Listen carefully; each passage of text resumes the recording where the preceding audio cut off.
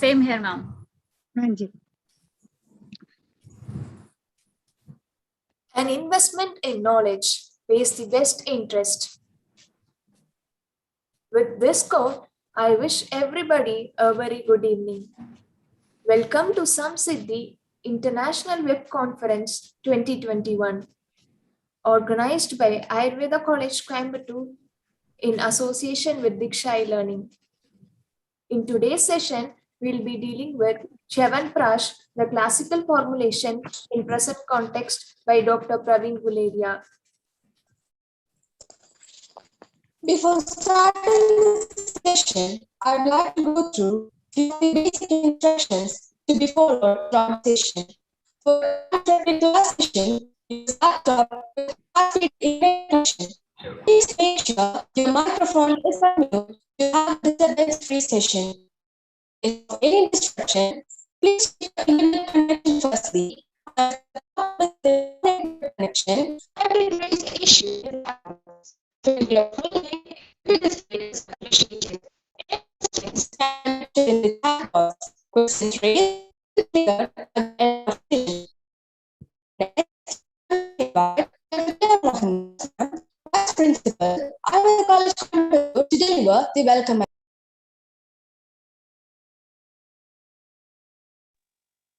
Good evening, one and all.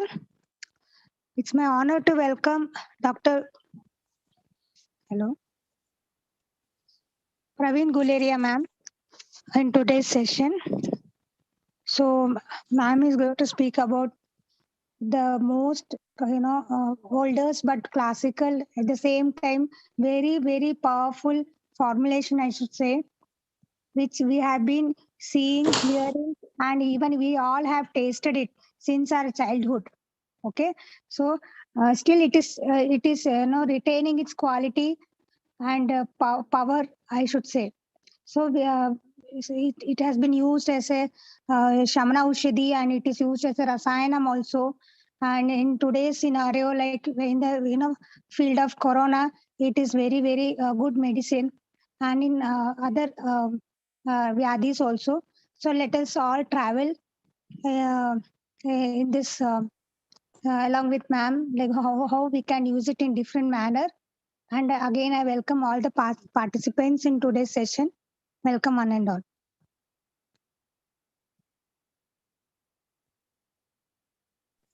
Thank you, ma'am.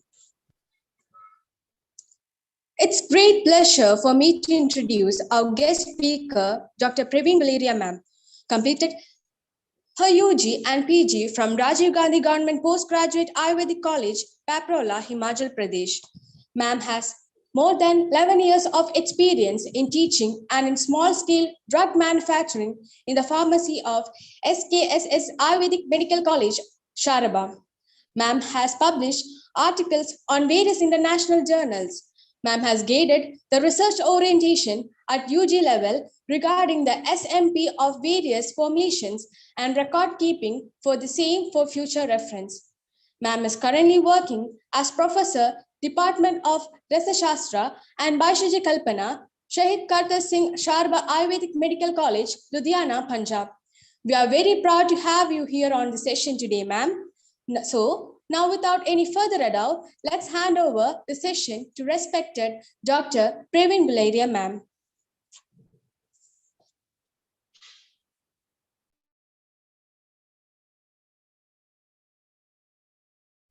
Over to you, ma'am.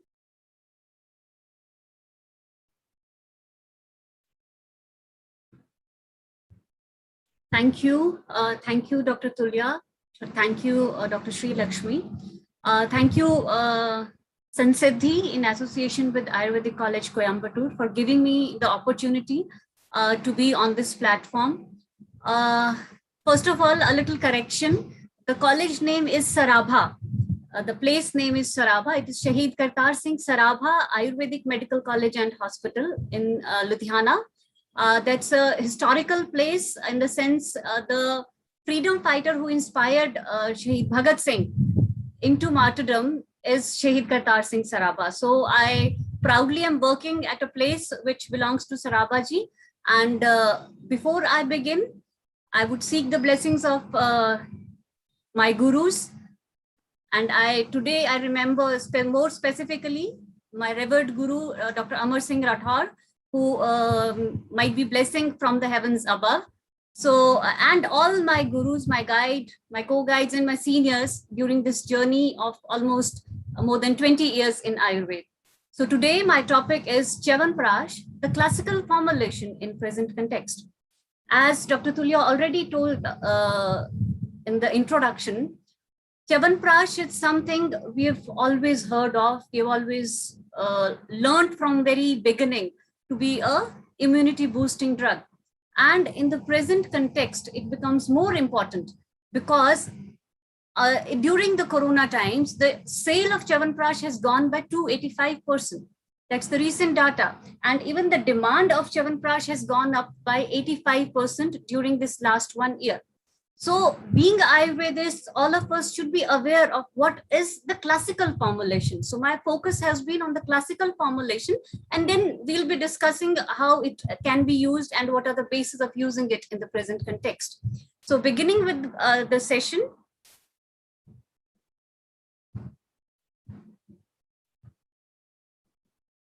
So as we all know, Chyawanprashah paramukto rasayana. That's what Acharya Charak says when he describes this rejuvenating formulation in the first chapter of Chikitsasthan, that is the Rasayan Adhyay. So it is one of the best Rasayan drugs advocated.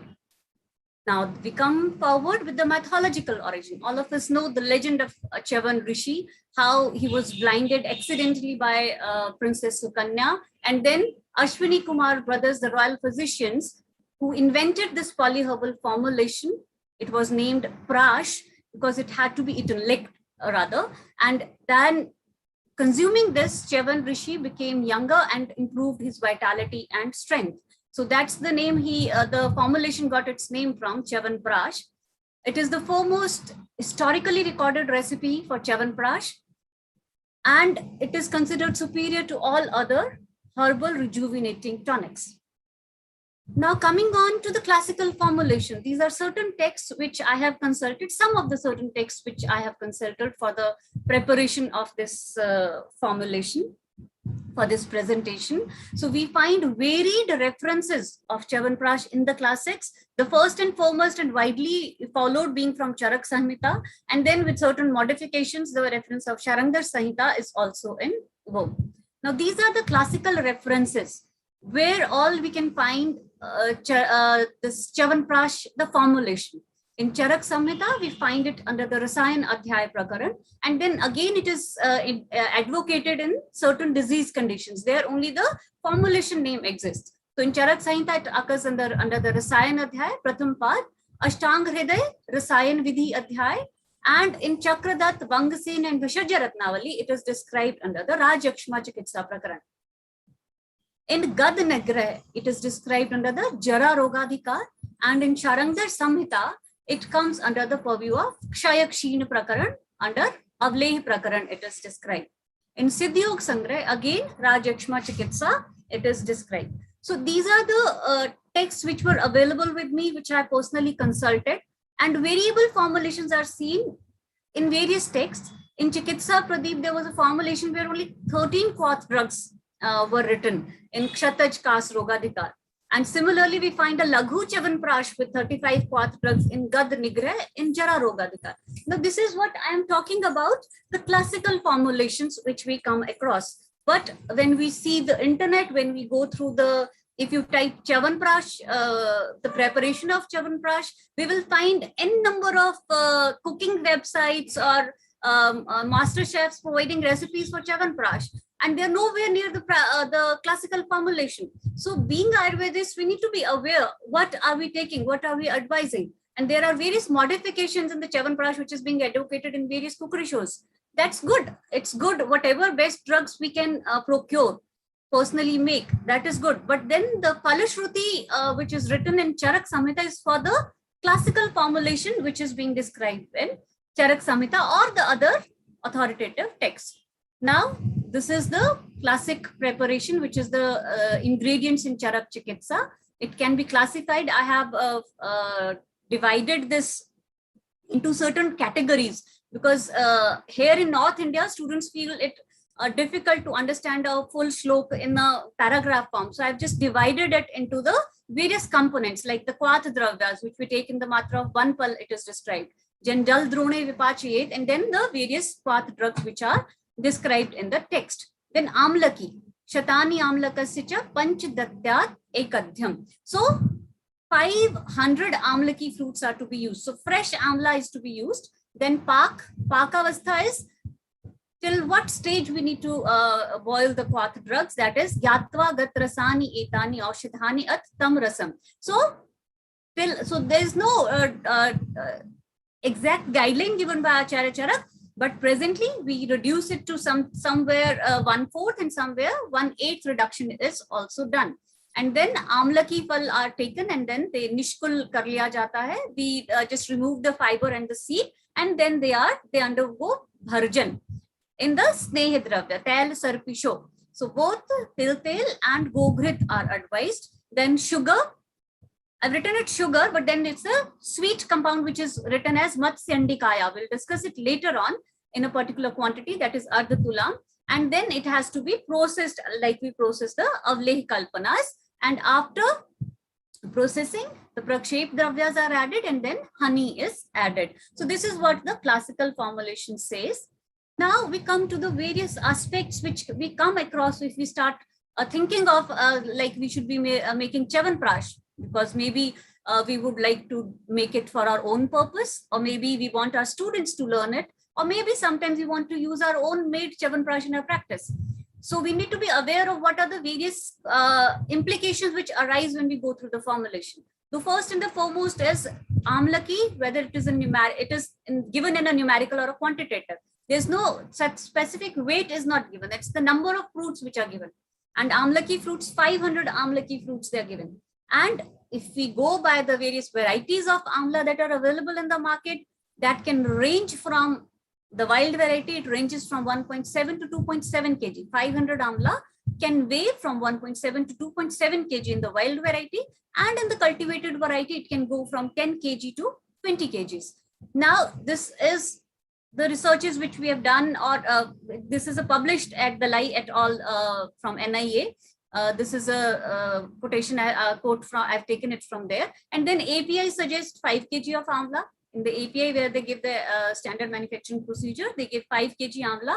If we go through our textbooks, Siddhinandan Mishraji in his textbooks of Vishajya Kalpana, he indicates 5.850 kg. Some research studies vary from 5 kg to 10 kg Amla should be taken for 500 Amlaki fruits. Even if we go through Ayurveda Sar Sangrah, there's 7 kg around Amla, 6.85 kg Amla is taken over there. So there are variations in what quantity of Amlaki should be taken. So then again, it comes to the personal experience of the Vaidya, what variety of is available to you and how to process it. Then another thing which comes is, I already discussed, Matsyandika. In the textual reference, it is written Ardha Tulam Matsyandika. Matsyandika is to be used. Now, what is Matsyandika? If we go through Bhav Prakash Nighantu under Ikshuval, Matsyandi Khandarab iti loke. Iksho rasa ya sampakvo ghana kinchit dravanvita.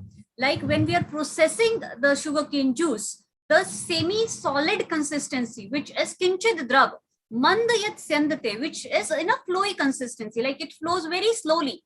That is called Matsyandika. That is what has been indicated for the preparation of Chyawanprash.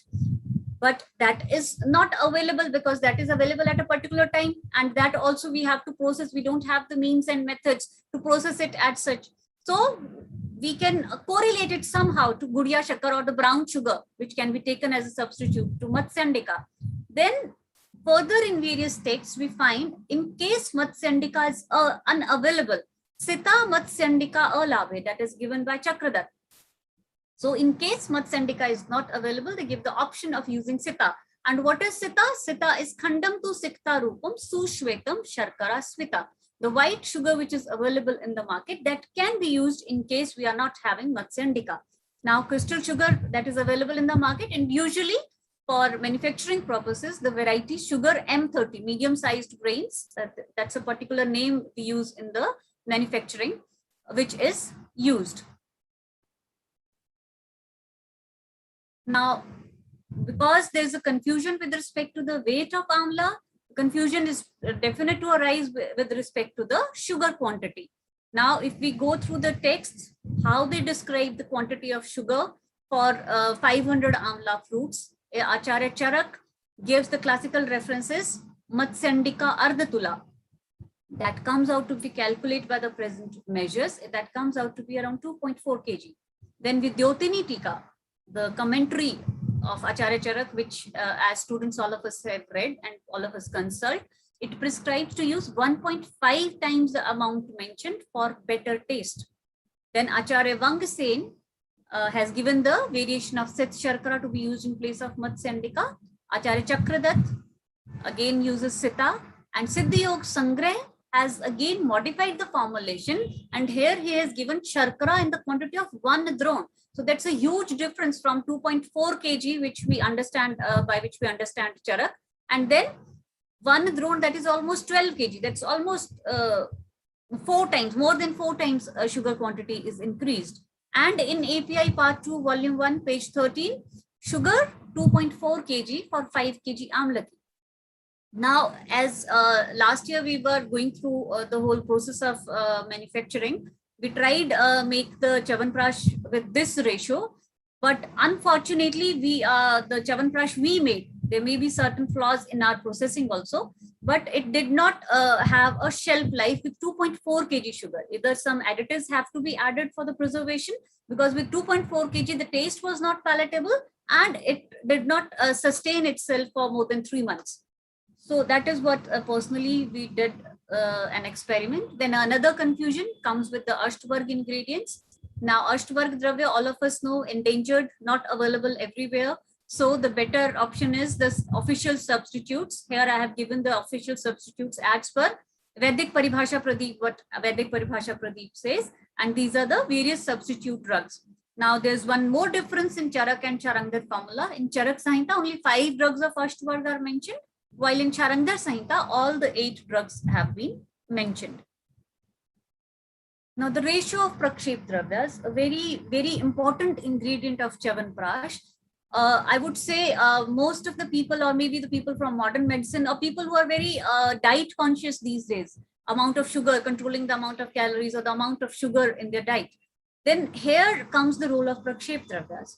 Now, Prakshep Dravya, I have given the opinion of Charak and Charangdar Samhita here, Pipali, Vanchlochan and Chaturjat. Pipali in the ratio of 2 pal, and Charangdar also opines the same. Vanchlochan is the same quantity, and Chaturjat is 1 pal each, Charak Samhita, and in Charangdar Samhita it is 3 shan. Now, what Prakshep Dravya do is they help in the metabolism of the whole formulation. And more specifically, because we are adding sugar, so Prakshep Dravyas, they help in the metabolism, and the concept that the Chyawanprash formulation may be disturbing the body's sugar metabolism, that has further been studied, though it was a pilot study only, but in our own experience from the past more than 15 years rather, at Sarabha College, my seniors have been making it and using it regularly, but we haven't found diabetic patients are also consuming it, but not a variable change, though we don't have much of the documentation, but anecdotal evidence says there is not much difference in the sugar metabolism. So again, now here the ratio of Prakshep Dravyas matters, because if we reduce the Prakshep Dravyas, the sugar metabolism is likely to be disturbed. Chakrapani, if we see in under the Prakaran of Kansaharitiki, he describes that ratio of Prakshep drugs should be according to the sugar amount. So in case we are varying the sugar quantity, we'll have to vary the ratio of the Prakshep Dravyas if we want a formulation to be working the way the classics have described it. Now we will move on to the next, which is the processing, which is the manufacturing process. What is the manufacturing process? How we manufacture it? A little insight into it. And before that, there are various variations of Chyawanprash which are available in the market. It is available as a classical Ayurvedic medicine, where the formulation as well as the process, it is as such followed as it is given in the authoritative books of Ayurveda. And another classification which we have is a proprietary Ayurvedic medicine. Most of the pharmaceuticals are branding their own Chyawanprash, and that usually falls as a proprietary Ayurvedic medicine, where the modification to an authoritative text-based recipe is allowed as long as the ingredients are listed in any of the officially recognized text. For whatever purpose you are adding further drugs, they should be enlisted under the authoritative textbooks of Ayurveda, which are described under the Drugs and Cosmetics Act. Now, this is the manufacturing process. As we already discussed while we were discussing the ingredients also, the process is quite clear. Still, let us go through the process once again. Fresh amlaki fruits are boiled in a potli in a decoction of herbs. On complete cooking of amla, separation of the fiber and the seeds is done. Then this pulp of amla is further fried with a mixture of cow ghee and sesame oil. Then frying is done on mild heat till ghee or oil separates.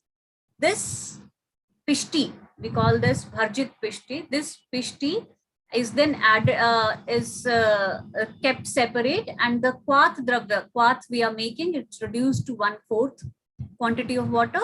Then the pulp, decoction and sugar are mixed together and reheating is done till avleh siddhi or pak is complete. Now here a certain difference of opinions exists. Some people advise to make a chashni with the kwath and a sugar, and some people advise the pulp to be mixed together. So we are following the mixture of pulp, sugar and the decoction, and then reheating till avleh siddhi. So once complete pak is done, we let it cool down to the room temperature, add prakshep dravyas, and on further cooling to room temperature, addition of honey is done. Then proper uniform mixing and packing of the final product is done. Now these are the avleh siddhi lakshan, which are under the avleh kalpana. Sharanita Samhita describes them very avidly. And supakve tantu matvam, the sugar syrup should be of a single thread consistency. Avleho apsu majati, that's the cardinal feature which when we are making Chyawanprash, we should be looking for it. The avleh when dropped into water should settle down at the bottom. And sthiratvam, it should remain stable at the base of the water container. So these are the two cardinal features which we check while we are preparing the Chyawanprash. Pidite mudra, the avleh should bear the imprints of the finger or the ladle. When it is pressed with the ladle, it should bear the imprints of the finger or the ladle. Gandh varna rasodbhava, again a very important feature. Those who work in the pharmacy or those who work in the kitchen, they have this experience. When a thing gets cooked, first the smell and then color and then the ras anubhuti that takes place. So these are the various features which we should be keeping in mind when we are preparing the avleh. Now, what are the practical difficulties while we are doing the manufacturing? There is difference in the ratio of sugar and amlaki. There is confusion with regards to Ashtvarg availability. And many of the students, maybe even if they plan to, Ashtvarg is not available, Dashmul is not available, how are we going to manage? So that becomes as a deterrent. Then time of addition of prakshep dravyas and madhu, because in certain channels also I saw while the drug is on the gas stove only, then only the prakshep dravyas are being added. But all of us know Chaturjat being volatile components, they are likely to get evaporated. The action which was desired won't be taking place. So time of addition of prakshep dravya and madhu is of importance. Then availability of equipments. Availability of equipments come to play a role if we are making it on a large scale. At a small scale in our own setup, we can procure the equipments. Then proper flame, financial stability and more labor. When the most difficult part in making of Chyawanprash is the making of pishti. Like 1 kg amla pishti is easy to prepare, but then for 1 kg amla, procuring the kwath drugs in such a small quantity is a big task. And then checking the authenticity, another big task. So more labor is there into it.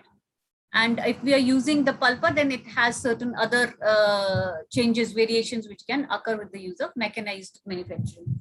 Now, this is what we talked about if we are making it at our own place or at a small scale, like for academic purposes or for our own clinical purposes. Now, in industrial manufacturing, these are the steps which are being followed because there are certain restrictions which happen when we work in the industry, when we work at the level of market. because it's a huge preparations are done. So first amla ki pishti is prepared. Amla ki fruits are boiled. Sometimes they are boiled, sometimes the seeds are removed as such, and then the pulp is subjected to frying. Seeds and fiber are separated with the pulp. A fine paste is then subjected to frying with grit and tel. Then decoction is prepared with the drug is to water in the ratio of 1:8 and reduced to 1/4. And further herbal concentration is done, because in modern pharmacies, we have the various equipments where falling film evaporation triple point can be used for concentration of the herbal extractant. Then preparation of sugar syrup and mixing. The sugar is added to the decoction and syrup is prepared. Citric acid is added to prevent the crystallization in later stages. Then sugar syrup and pishti are mixed with contra-rotatory mixers, and Praksheep drugs and honey are added on cooling. Now again, the various variations which are available these days: sugar-free Chyawanprash, and sugar is not added, other sweetening agents are added, and preservatives are further added to maintain the shelf life of the product. But safety studies for long-term use of these additives need to be conducted, because some people consume regular Chyawanprash. So how safe using these sweetening agents is, that is again a point of consideration. Whether these won't interfere with the rasayan properties of the formulation, that further needs to be assessed. Now the variants available in the market. There are wide varieties of Chyawanprash available. Each company has its own standards, its own the quality control lab, where they are using different standardization procedures. Now the variations can be, as we already discussed till now, the various in the various slides, what can be the differences which can happen. So there are mainly the varieties, different proportions of gooseberry pulp. And then when we are using at the industrial level, because amla is not available around the year, it is available only for a short duration of maybe 3 to 4 months during the winter season. And after that, but Chyawanprash is supplied throughout the year. So what happens at big pharmacies, the pulp is stored. Pulp is prepared when fresh amla is prepared, is available, and the pulp is stored in the pharmacies. And then as per the requirement, it is processed as and when required.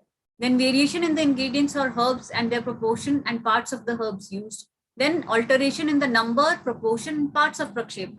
It's the Praksheep drugs variations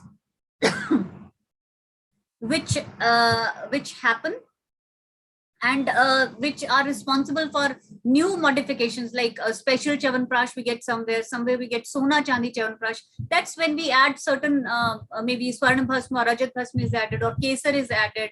And in some places, Abrak Bhasma may be added, or some other additive can be added. So then that becomes a special Chyawanprash. Then there's variation in the content of sugar, variation in the content of ghee or oil, and Ashtvarg drugs being replaced with the accepted substitutes.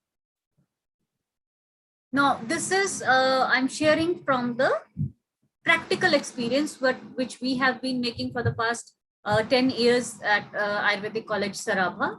These are the Quath drugs we are taking in the ratio of 48 grams each.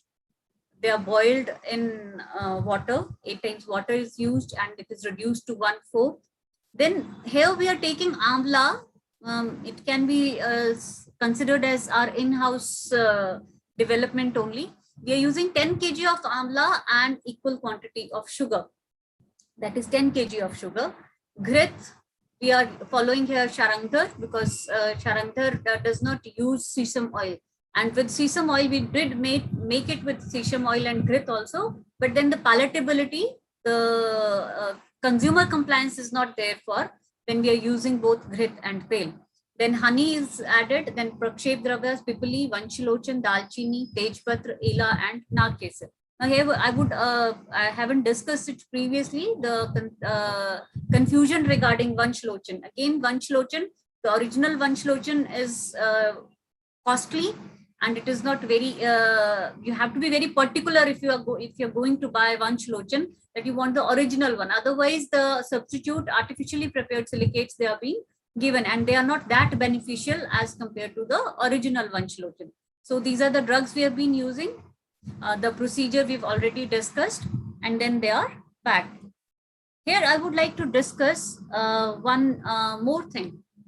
That is Chyawanprash, which is being prepared by the Indian Medicines Pharmaceutical Corporation Limited. That's a government enterprise which is manufacturing Ayurvedic drugs, and it has even IMPCL has registered a growth from its turnover of maybe 26 crores. It has reached around 70 crores during the past 1 year, and they are making authentic Ayurvedic medicines. So during this last year only, we came across the formulation by IMPCL under the guidance of Lakshmikant Dwivedi sir. So I just went through the whole formula of IMPCL. So this is the formula which they are following. Now here, if we see, the quantity of the Quath drugs was doubled.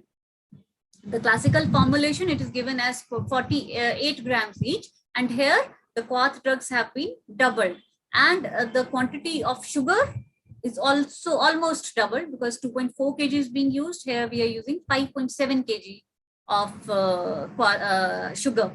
And then the various ingredients. Here again, a notable thing is the ratio of prakshep dravyas is increased. The ratio of pipali goes to 285 grams, 1 shlochan 150. Pipali quantity is doubled than 1 shlochan. Otherwise, textual references, half the quantity of 1 shlochan is pipali. Then dalchini, tejpatra, nag kesar, and ela. And certain amount of preservative is added as per the label on the IMPCL. Now, this is the basic formulation from Charak Samhita, which has been modified, and there is increase in the, we've already discussed all this. The ratio of prakshep dravyas seems to be derived from, again, I refer to the Prakaran of Kans Haritki in Charak Chikitsa, where the ratio of pipali and other prakshep dravyas is decided by the quantity of sugar we are using. So this Chyawanprash, if we go through the experience of various clinical reviews or the experienced with the Vedyas, this Chyawanprash is a very good Shaman Aushadhi.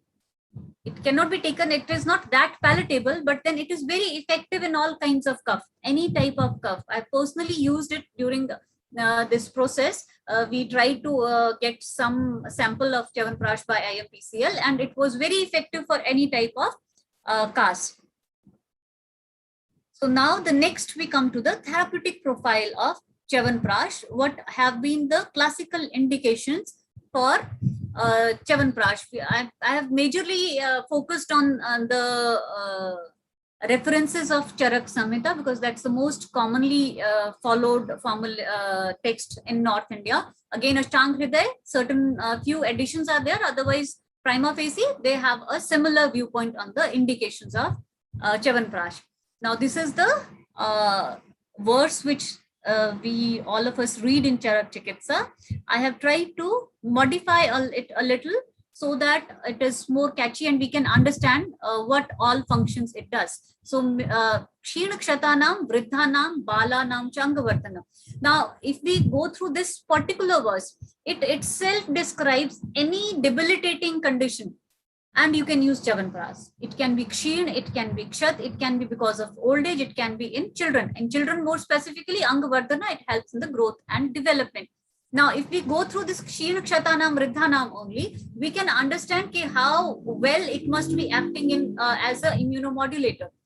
Then Medha, Smritim, Kantim, it improves the cognitive functions. Various research studies fortify that. Swarkshay, Pipasa, Kas, Shwas, Harashchay. It works at the level of respiratory system. Paramagni Vritthim Pavananulomyam, again, regulates the metabolism. And then it is useful, enhances the power of the sense organs. Balam Indriyanam, Hridrogam, cardiovascular disease system is also regulated.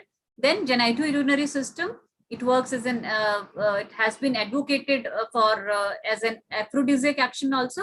And besides that, for the various vitiation of the Mutra and Shukravaya Srotas also. And Vat Shonit is a specific indication for Chyawanprash. Now, how to use Chyawanprash? Because Ayush gave its advisory, people started consuming Chyawanprash, and there is no specific dose as such available with the text.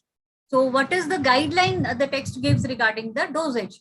Charak Samhita says, Asya matram prayunjit yo uprundha na bhojanam. Matlab, it should not interfere with your digestive ability. If there is a loss of appetite, that means the quantity you are consuming for Chyawanprash, that is more for your body type. So it has to be, and then Charangdar very clearly indicates leham vahni balam drishtava khade. So avle has to be taken. This Chyawanprash avle has to be, the dose has to be decided as per the Agni bal of the patient. So again, when we are using it over the counter, we need to give an advisory how to decide the dose. And in Vangasen Samhita, again, another addition besides Leham Vahni Balam Drishtava, they give another indication, and that is in specifically for Pittodrek. There must have been likelihood in later stages, maybe Pittodrek happened when people used the full dose of Chyawanprash, or maybe what we advise today. And then it might have led to amlapit-like conditions, or Pittodrek must have happened. And then he said, Chatvara Shadyavascha Diyate Prathamam Kil. So to begin with, a minimal dose he advised 4 to 6 CF, and that comes out to be around 600 milligrams. So that is the starting dose. So whenever we are advising, even in our clinical setups, the dose of Chyawanprash, we should decide according to the Agni bal of the patient, and then to be on the safer side, we can start from a minimal dose and then we can increase the dose. Again, the same thing. Then mode of administration, all of us know it has indoor use and outdoor use. Today, we are not using Kuti Praveshik Rasayan. I don't know about if we are using it in South India, but here in North India, we are not using Kuti Praveshik Rasayan. So it's Vata Tapik or outdoor use only as a Shaman Aushadhi. And then the dose which is recommended in API, 12 to 28 grams, or even in the advisory also, 1 teaspoonful with 100 to 250 ml of milk. Now, empty stomach is important because if you go through the net or the general websites, it is being used as a jam over the bread. So that is not the right way of consuming Chyawanprash. It should not interfere with your dietary pattern. It should not interfere with your appetite. So it has to be taken empty stomach. So that has to be a specific indication whenever we are advising the use of Chyawanprash. Then in Pittodrek, 625 milligrams, and it could be increased slowly to reach the complete therapeutic dose. Now, these are the various disease conditions where it can be used in association with other adjuvant drugs. These are the references I've quoted from Rastantra Sar Evam Siddha Prayog Sangrah. These are the indications like in Yakrit Pittasrav Alpata, we can use it with Tamra Bhasm and Rasindu. In Pliha Vriddhi and in Raktalpata, Tamra Bhasm and Loha Bhasm are to be used. In Asthi Sansthangat Dorbalya, Praval and Godanti Bhasm, Praval Pishti and Godanti Bhasm. In conditions of Raj Yakshma or tubercular patients, though it is not advocated, and it is not advocated not to have the anti-tubercular therapy if we take Raj Yakshma to be tuberculosis, but as an adjuvant also, Chyawanprash has been known to have better results with ATT. The bioavailability of the drugs is reduced, and it has better implications in tubercular patients. There are research studies to support that. Then in Hrid Dorbalya, Akik Bhasm can be used along with Chyawanprash. In Jwar Paschat Dorbalya, like even in post-COVID management also, we have an indication of using Chyawanprash, and then Swarn Malini Vasant is also used for the same indications. You can use Chyawanprash with Swarn Malini Vasant and Praval Pishti. In Vat Sansthangat Dorbalya, we can use Navjivan Ras, and in Vran Evam Bhagandar, Yashak Bhasm can be used along with Chyawanprash. And besides that, as per the yukti of the chikitsak, the yukti of the Vaidya, you can use anything and everything with Chyawanprash, provided you are aware of the properties of the particular drug. And this is something which is not being discussed about Chyawanprash, because each and everyone is using Chyawanprash. It is an immunity booster. We need to take it. But these are the conditions which we should be avoiding the use of Chyawanprash. Though most of the Vaidyas are well aware of the indications for Avleh Kalpana. Avleh is a Guru Kalpana. So whenever there is a condition of Am, in Amavastha, it should not be given. And then these are the conditions. Again, these are clearly indicated in Rastantra Sar Evam Siddha Prayog Sangrah. Mandagni, in a situation where your Agni is man, you don't feel there is no appetite. In that condition, Jeernamala Varod, very chronic, where we call Jeernamala Varod, it has to be chronic constipation. And then Udargat Vayu, if it is there, if there is Atisar, if Swapna Dosh is there or Bahumutrata is there, we have to keep in mind how to avoid Chyawanprash use under these conditions. Now, when we come to the present context, like in COVID-19, because in present context, whenever we write present context, we might talk about manufacturing and everything else, but then in present context, we don't talk about COVID, then the whole topic is incomplete. So in the present context, it's about Chyawanprash, it's about immunity, and it's about COVID-19. So before we move on to COVID-19, let's put a light on what have been the research studies available for the various research studies indicate about Chyawanprash. These research studies have been done before 2019, like during the process of so many years. Though it is saddening to note that there are only a few firms which are publishing the research data. Because such a big formulation, such a huge formulation, which is having more than 40 ingredients, its standardization and its further standardization, and then research studies, doing the research studies on this particular drug. It is a difficult task. It needs a lot of funding, and at small scale, it is not possible.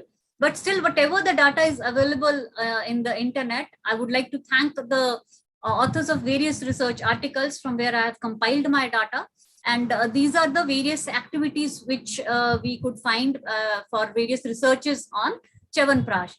The systemic studies it improved pulmonary functions, improvement in hemoglobin levels.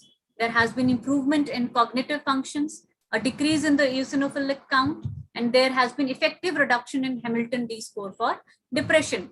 Then there have been immunostimulatory or immunomodulatory, I would like to call it, activity, where it has been there has been an increase in the activity and maturation of dendritic cells, increased phagocytosis, increased NK14 cell activity, then free radical scavenging activity has been there, modulated IgE levels. Now, these are the various immunity markers, and because latest in this last decade, various new immunity markers have been in the foray and under scientific background, and these can be used for further research. Then stimulation of interleukin 1B levels, rise in the phagocytic activity. Now, the key areas of research where all these studies have been done, they have been in health and immunity in children. Under the geriatric care segment, we find various studies. Then cytogenetic studies, where they have been used as in oral pill malignant cancer and in certain BD smokers also. Again, Dabur Chyawanprash takes the credit of most of the researches being published in the area. Now, this is a study which happened in AIIMS in 2001, where Chyawanprash and its relation with the blood glucose was seen. As we can see, there was significant reduction in the fasting plasma glucose level. Now, this is about the normal Chyawanprash we are using, not the sugar-free Chyawanprash. And again, these are pilot studies only, and these need to be further fortified and needs to be further done on a large scale, so that the blot which comes when you come across, we type researches on Chyawanprash, and certain people say there's no data which supports the use of this drug. It is just a gimmick. It is a marketing gimmick of various brands. But people who have been making it, who are using it, they know the benefits. But then we need to be at par with the scientific standards. So we need to do more of the researches. And maybe we can, at our own levels, maybe we can fill up the questionnaires or the quality of life questionnaires. I've shared the links later on. I'll share them. They are in the slide only. We can have them with us, and maybe even at small efforts also, at using the brand and how the quality of life, or the even for kids ke liye jo scores hain, we can use them. Now, I was talking about the blood glucose level study, the HDL LDL ratio, and there was increase in HDL cholesterol in subjects taking Chyawanprash. Then vitamin C treatment along with Chyawanprash, vitamin C was given, and it was found that in when these Chyawanprash was given for NIDDM subjects, vitamin C se better results Chyawanprash ke the. Had no supplementation of vitamin C on normal subjects, had no significant effects, but on NIDDM subjects, there was a reduction in glucose and HDL or LDL ratio at the 8th week. Now, Chyawanprash in seasonal variations, this is the link at the bottom of the slide. we can see the various studies which have been done regarding this. In seasonal variation, now this is a more than 100 patients which were studied at BHU, and in different seasons, and then the round the year group, 4 groups were made, almost 50 cases in each, 50 to 40 cases, and there was improvement in hemoglobin levels, a significant decrease in the eosinophil count, significantly reduced polymorph count after 8 months of therapy. There was a decrease in plasma cortisol level, decreased IgE levels, and pulmonary function tests, they showed us clinically significant improvement. So these are the studies which have been published. Again, this is the study which was done on the quantification of immunity status of Dabur Chyawanprash. Now, this was a review of clinical studies where I have taken this data. Now, again, these are the research studies which have been conducted outside of India and their findings which have been documented. Now, these were used in certain areas in Russia. It was used in clinic of surgical infections. Then children with bacterial infections, it was given. Then in chronic tonsillitis. And in our own experience also, when we are giving Chyawanprash to young children, we are able to find there is a less recurrence of pharyngeal disease. And then in hyperplastic processes of endometrium also, it has been used in the various countries, in India and in abroad. Now, these are certain suggestions for further research, how we can plan the research. Now, this was all before COVID came in. Now, with the corona on the sides, Ayush Ministry provided its guidelines, and on various groups, Chyawanprash was advised. It was advised as a rasayan for the geriatric group. For immunocompromised patients also it was advised. Then a restorative measure in post-COVID groups, and as an immunity enhancer. Though I would like to disagree with the use of Chyawanprash after food in the guidelines itself. Now, this is something which I came across as I was researching for the role of role of Chyawanprash in immunity and in COVID-19. So the role of immunity in COVID-19, this is an article, you can click the link, and this is the image I have taken from the article. Now, immunity works at 3 levels. It helps in prevention of the disease, it helps in mitigation of the disease, and it helps in rehabilitation of the disease. And from the research studies before Corona also, we have seen the Chyawanprash works at the level of immunity, and it can work as a 3-pronged thing in COVID patients.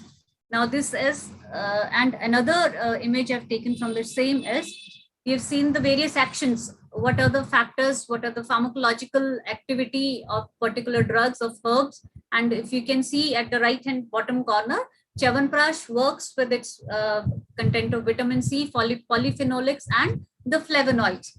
Though the vitamin C content, there is a confusion regarding what quantity of vitamin C is there in Chyawanprash, but it has been, I came across that it may be that it has certain metabolites which are not exactly vitamin C, but which work when they are inside the body. They work in a similar manner as vitamin C and are fortifying the various immunomodulatory activities. Now, Chyawanprash in prevention of COVID-19. Now, this is again a published study on Dabur Chyawanprash, where 720 healthy volunteers were given Chyawanprash, and the results were published in this journal in Joint System of Medicine. You can search the article with the this link at the bottom of the slide. Now, what are the findings of this? Was a study which was done at 5 different centers in 3 states. Now, 720 healthy volunteers, and the results, I've just written the key points here. The Chyawanprash group had a lesser incidence of COVID-19 infection as compared with the control group. The quality of life in subjects using Chyawanprash was up to 2.25 times better than subjects in the control group. Now, the quality of life and the format which they have used is this short form QLES-QSF. I'll share the link for this also in the later slides.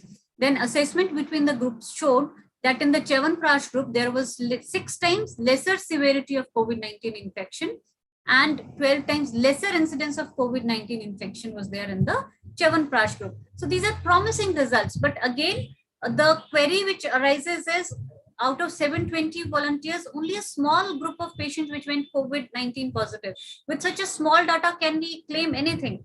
But then this is something which needs further research, which needs further more number of individuals in the subjects in the research study. Now, another publication, effective and safe add-on regimen to standard of care in the management of mild and moderate COVID-19 patients. Now, this is the link itself, which I've made the title slide. This is again available. This was a trial with the particular registry number in the CTRI. And it was seen that there was a faster and earlier recovery within the first 2 weeks compared to those taking only standard of care.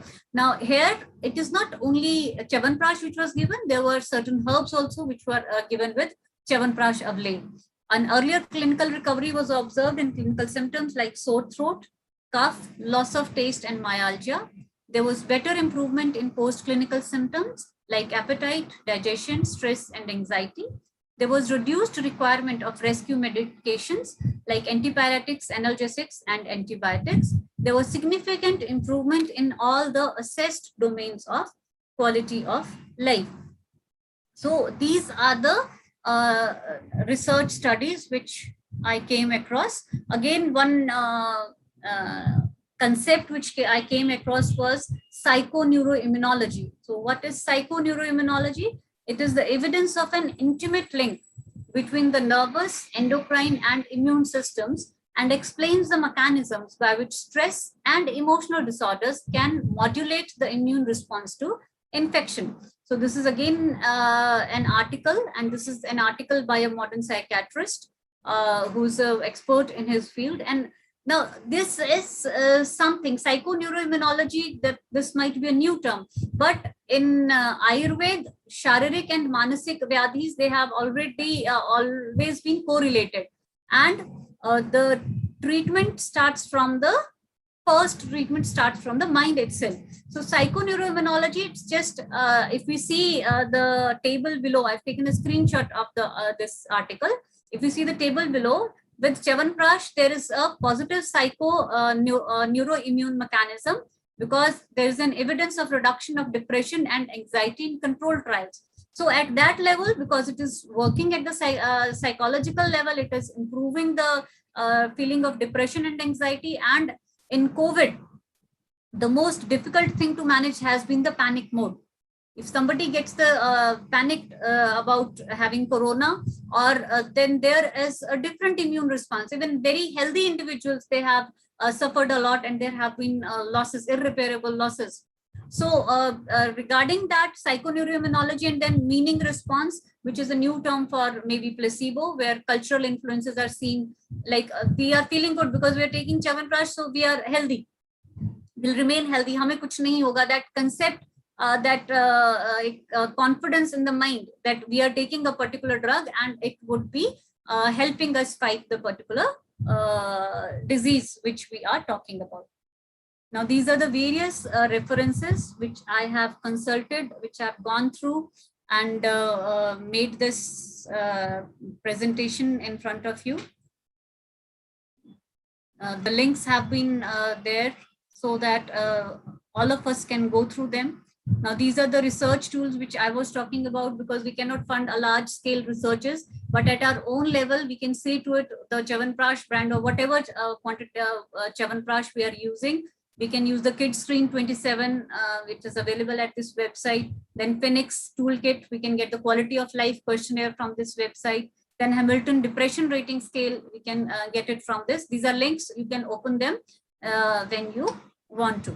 So these are the various research tools. We should be having them as clinicians, as students. We should be fortified with how well we can further contribute to the present research data. So here I would like to add a quote from Walt Disney. The way to get started is to quit talking and begin doing. So just hope that we start making, and with small scale also, we should be making the Chyawanprash, this wonderful formulation, using it and documenting it. Now, these are the various drugs. Some of the drugs which I could get photographs of. We make Chyawanprash regularly at Ayurvedic College Sarabha as a student's project. And these are the various Kwath drugs which are there in Chyawanprash. Then this is the amlaki we use, the Kwath drugs dipped in water. And these are the prakshep dravyas, some of the prakshep dravyas. Now this is the final stage of Avlehi Pak, and this is the pariksha. Avleho apsu majjati. It should dip in the, settle down at the bottom of the cup, a bowl of water, and it should remain stable at the bottom. Like this picture has been taken almost 4 to 5 minutes after we have put the Chyawanprash into this vessel. So with this, I thank you all for your patient listening, and thank you, Lord Dhanvantari, for giving me the opportunity to be in this field and to be able to present in all of you worthy participants of this seminar. Thank you.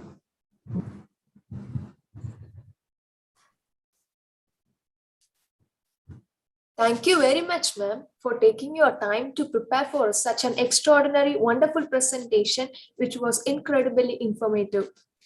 We shall now go ahead to the question and answer session. Delegates can post your questions in the chat box. There are some questions in the chat box, ma'am. So shall I read it for you, ma'am? Yes, please, we can go ahead. Why do different Chyawanprash have different tastes?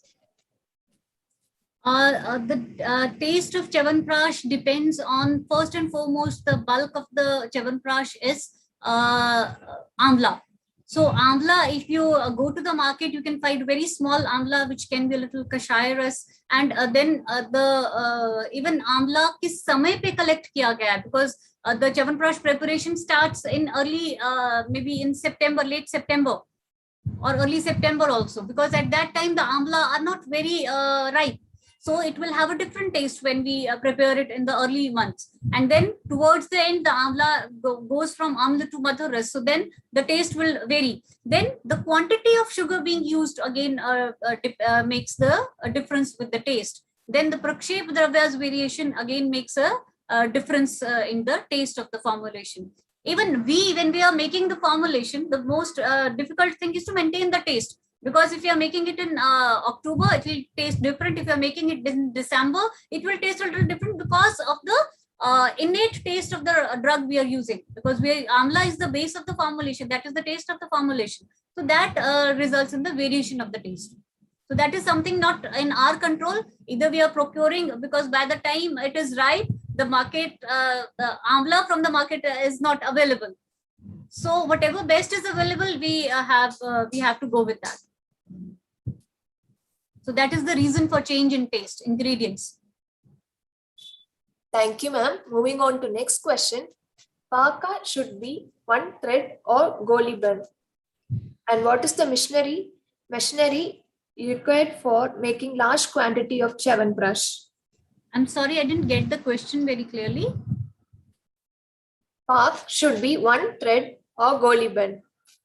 And what is the machinery required for making large quantity of Chyawanprash? Okay. For making a large quantity of Chyawanprash, the most difficult task when we are making Chyawanprash at a large scale is taking the seeds and the fibers away out of the amla fruits, because that takes a huge lot of effort. Some people, because manually we had students, so we used to make it to students. We need at least 10 to 12 students who are regularly mashing the amla, removing the seeds, and that has to be done in a hot state.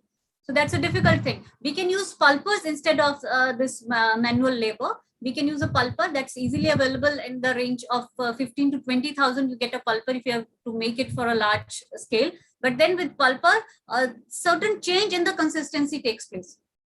When we are using pulper, a change in the consistency takes place. With this manual thing, the consistency is more solid. And in the pulper, it is a very fine paste when we use the pulper. So that is the major machinery which is required. Otherwise, Pak is done. And in the huge where tons of Chyawanprash is being produced, they have a different kind of equipment that is beyond our paraphernalia. So at our level, if you want to make it, a pulper is a good option if you want to go for it. Thank you, ma'am. Moving on to next question. Samskaram Gunandara Adanam. Will different Prakshepa Dravyas alter the quality of Chyawanprash? Yes, most definitely. Different Prakshep Dravyas alter the quality of Chyawanprash. So we should be aware what Prakshep Dravya we are adding. Now, if we go to the text also, even in Ayurveda Sarsanga, we find Lavang.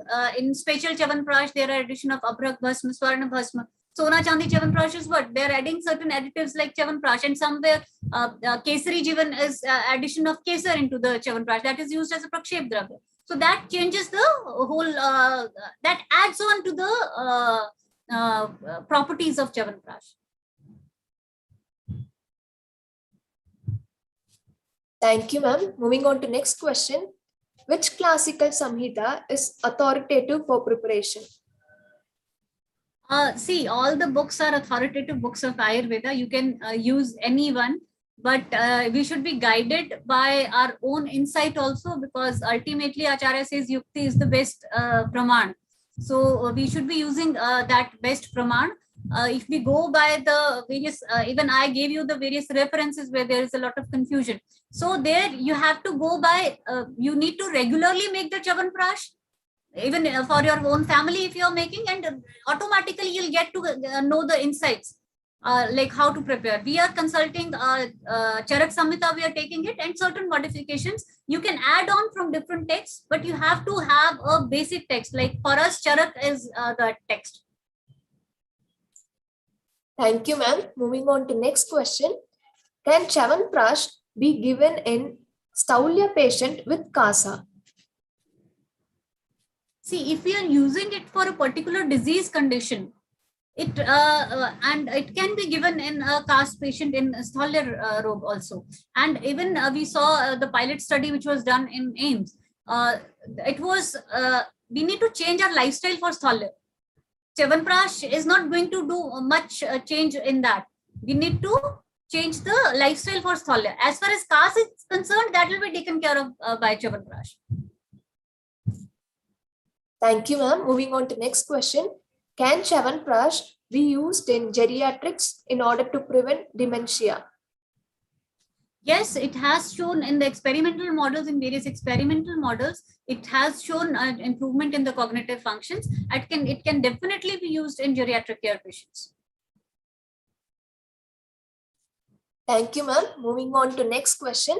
What is the duration of intake of Chyawanprash to get Rasayana effect for children and adults practically? Practically, if we see, go by the duration, it can be consumed around the year. But the certain studies which have happened, like the kids study, it was done by Dabur for the immunity status of in children, in school-going children. So there, the duration of intake was 60 days. So it can be consumed, like our experience is, you can consume it throughout the year, provided you're getting it from a good source. So it can give you the results. And in case you, again, Agni has to be the guiding force whenever we are using Chyawanprash. If there is a problem with Agni, then you have to stop the intake of Chyawanprash. You have to manage the Agni status of the patient whenever we are using Chyawanprash in the long run. Like for Shaman Chikitsa, you can use it whenever there is a disease. But when we talk about the Rasayan effect of it, then it has to be according to the Agni, has to be the guiding force. Thank you, ma'am. Moving on to next question. Which healthier substitute you recommend instead of sugar? There are so many artificial sweeteners on the market. Please advise, ma'am. Yes. See, sugar has its own properties. Sugar in itself also has certain properties.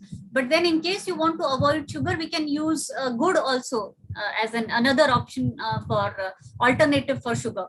And Jandu has recently launched the gur Chyawanprash also. And that is also good, though the ratio has to be decided accordingly. Because usme ratio jo hai, the sugar and good ratio, we have to consult the textual references regarding the difference in the ratio of good and sharkara, good and sita, and then that can be made with good also. As far as the sweetening agents are concerned, I personally don't have much experience with the sugar-free Chyawanprash, so can't comment on that. But we can definitely go for, we have made it with good also. We can use that. Good as an alternative can be used. Thank you, ma'am. Moving on to next question. Chavana Rishi regained his youthfulness at his end stage. At that time, the dravyas were very pure and organic. But nowadays, will the chemically backgrounded dravyas give that much efficacy? That is the trouble we are having when we procure the drugs from the market. And that is maybe one of the reasons why, because there is a certain level of heavy metals which are found in the herbs. I'm talking about the herbs, because there's certain level which is contamination because of the roadside, because of leaded petrol, and because of other various reasons. There can be contaminations in the herbs also. And that is maybe one of the reasons in certain countries Chyawanprash is banned. So as far as how can Chavan had organic and all those products, the best thing is we can start procuring the drugs from a reliable source. Again, that is difficult, but that can be done. And besides all the difficulties, still there is a wide variety of variation in the market, the Chyawanprash we are using, but still it is effective. All of us have had our own experiences. We may not be able to document them, but we should be trying to document them, that it does work. Still, it does work. Thank you, ma'am. Moving on to next question. What is the recommended sugar syrup consistency? Now, sugar syrup consistency, I personally, we go by the pak of sugar, Dravya and Pishti simultaneously. We don't prepare the sugar syrup as such, because that is a tricky thing to do. Because if the sugar syrup goes beyond the one thread consistency, then it is likely the Chyawanprash, the final product which will come up, will not be that good to, the consistency will be hard. So what we do is, we, to be on the safer side, we go with the pak of Dravya, Pishti and sugar simultaneously, and the consistency we determine the Siddhi Lakshanas are the guiding force at that time. So if you drop the spoonful into the water, if it settles down at the bottom and it does not immediately dissolve in the water, that is the guiding force we take for the Avlai Pak Lakshana. Thank you, ma'am. Moving on to next question. Chyawanprash contains 48 ingredients. Is there any practical errors while preparing? Nowadays, many companies are preparing. We are not getting proper results. What's your opinion? Now, see, my opinion would be whatever your personal experience. Either you change the brand of the Chyawanprash you're using, or you go by what is the written on the label of the Chyawanprash. Because there is ambiguity at many stages. There is ambiguity what is the quantity of sugar that is written. Now, if you go through the formulation, for that we need to have an insight into the ingredients. If you're not getting, try making it on your own, and then you will be getting the results. Maybe you will be getting the results.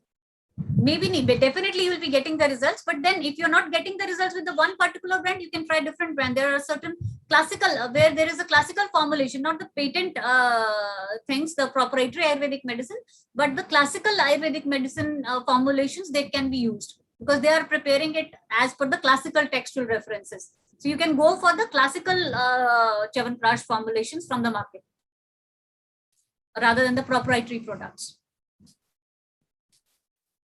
Thank you, ma'am. Moving on to next question. Can Chyawanprash be advised to a diabetic patient?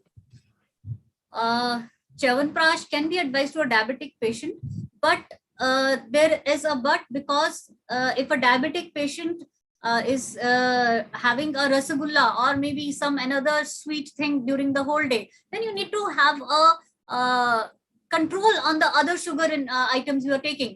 If we go by the sugar content in the Chyawanprash. But if we go by the metabolism, if the drugs are properly given, the Prakshep Dravyas are there, the ratio of sugar is not overtly large in the formulation, then it can be advised, though we would recommend to have a controlled diet whenever we are giving it to a diabetic patient, and not definitely not for a regular use. We would advise it to a diabetic patient. Thank you, ma'am. Delegates, if you have any queries, you can post it in the chat box or raise your hand.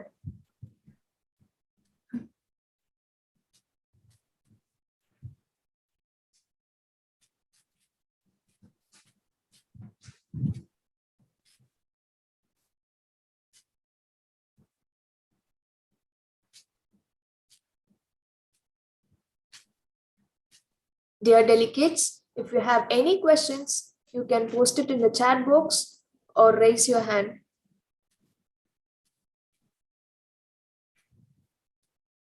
Dr. Niranjan has raised his hand.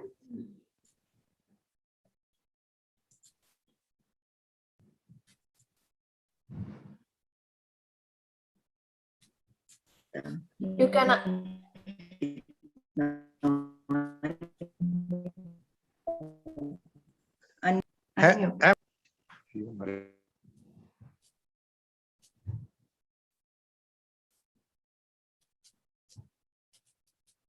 Dr. Niranjan. Still muted.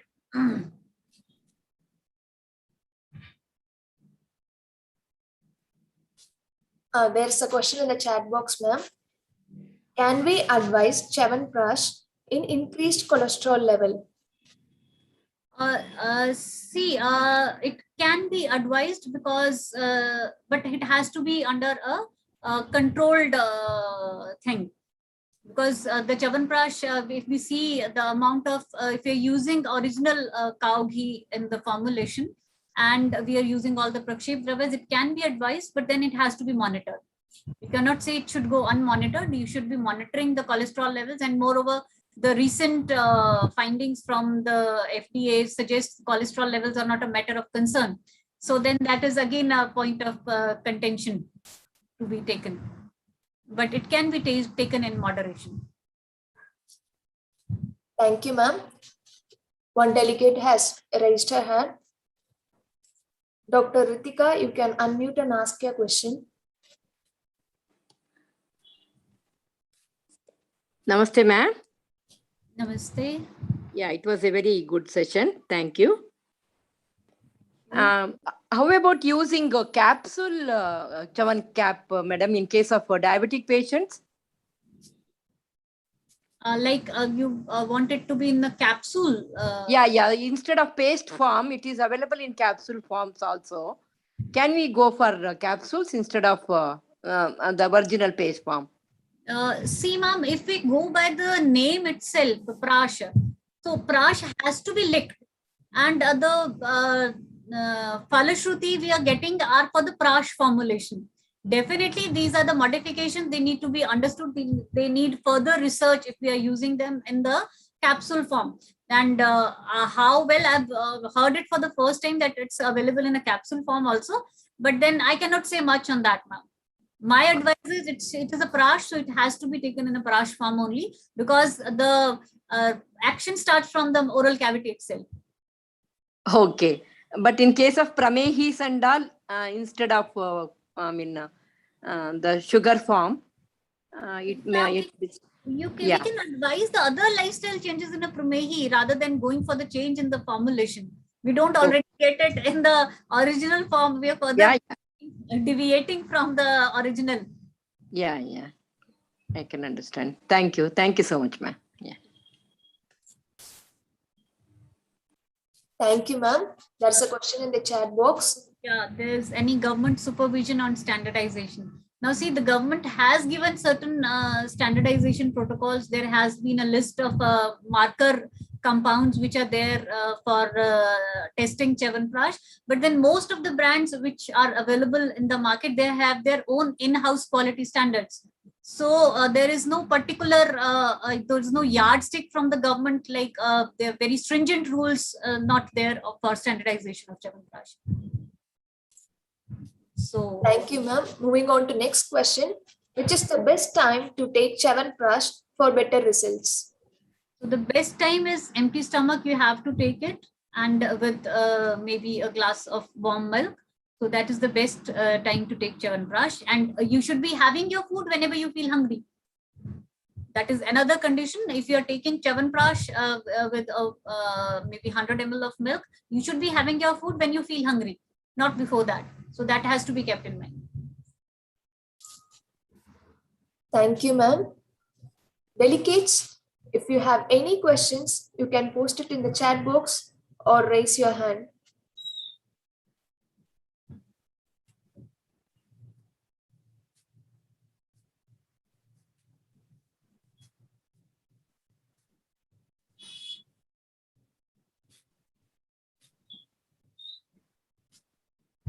Dear delegates, if you have any questions, you can post it in the chat box or raise your hand so that it can be cleared.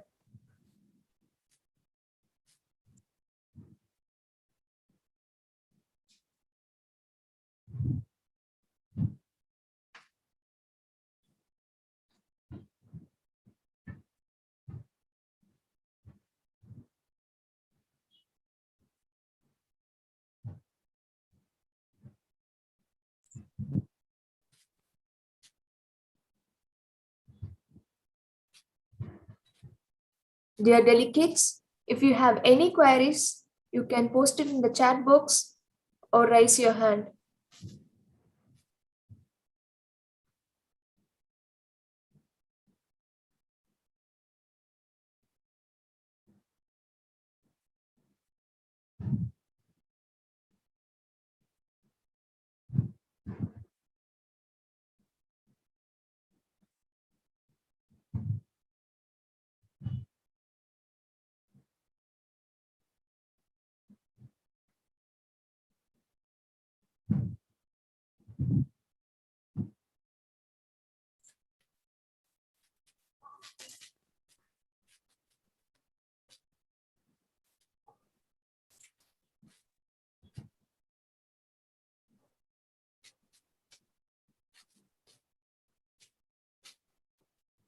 I think that's all for the question and answer session, ma'am. Thank you very much. शास्त्र में तो बच्चों के लिए नहीं है. Actually, sir, Dr. Kamlesh, that is the it's very clearly indicated in the text, and it is indicated for Balanam Angavardhanam. So it is definitely indicated for kids. That's another question, ma'am. Pregnant women can continue CP with other Chyawanprash with other modern medicines. Yes, you can with other modern medicines like we are using in pregnancy. I don't think that will be much of an issue, but then it should be avoided in the first trimester, I would suggest. Otherwise, it can be, because it has a certain amount of pipili, it can change the bioavailability of the other drugs. So it should be taken in the initial first trimester. It should be taken with a caution and in consultation.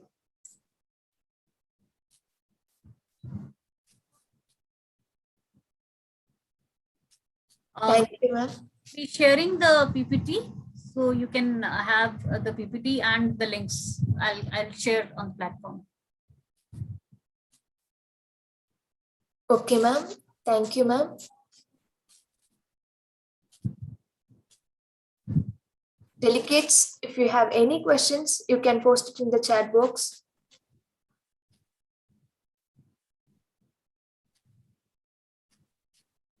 I would, if you could give me an insight, are you preparing Chyawanprash in South India? If anyone would like to add on to what I have said or your own personal experiences. A delegate has raised his hand. Dr. Surya Narayanan, you can unmute and ask your question. Doctor, good evening. Good evening, sir. Doctor, how many companies are basing on Guda basing they are manufacturing the Chyawanprash, sir?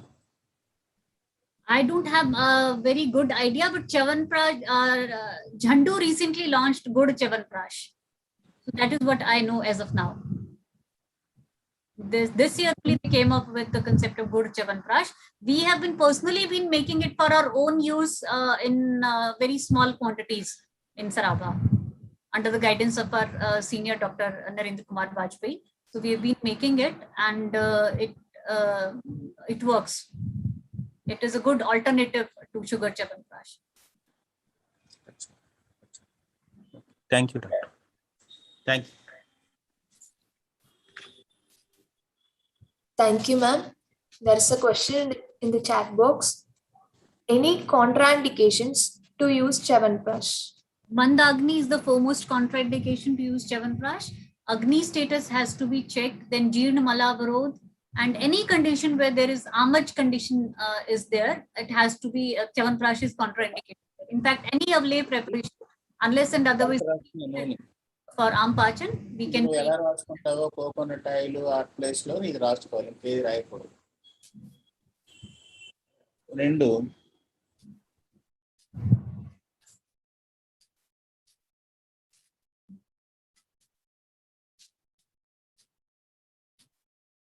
Thank you, ma'am. A delegate has raised his hand. Dr. Sharan, you can unmute and ask your question. Hello, ma'am. Good evening, ma'am. Hello, ma'am. Hello. Hello, good evening, ma'am. Am I audible, ma'am? Hello. Hello. Yes, doctor, you are audible.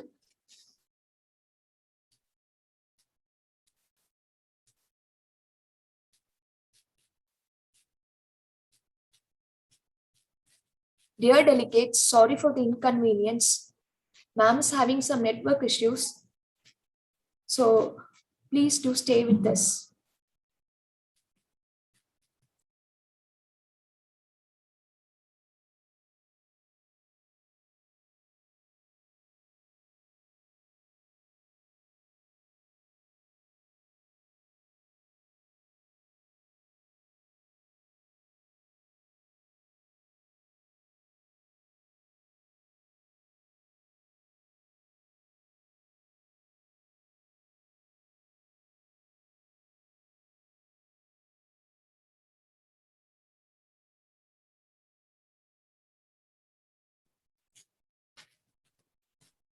Yes. What was the question? I just missed it out. Actually, I was not able to unmute myself. Darshini? Ma'am, is there any contraindications for Chyawanprash? Yeah, contraindications I already discussed. It has to be the Agni status. If there is Manda Agni and there is a condition of Am, there Chyawanprash has to be avoided. So for a clinician, that has to be a guiding line. If you are advising your patients for intake of Chyawanprash, then it has to be not to be consumed with food, and food to be consumed only when you feel hungry. And in case there is a change in the your dietary patterns, or there is a change in the level of Agni, then you definitely need to revert back.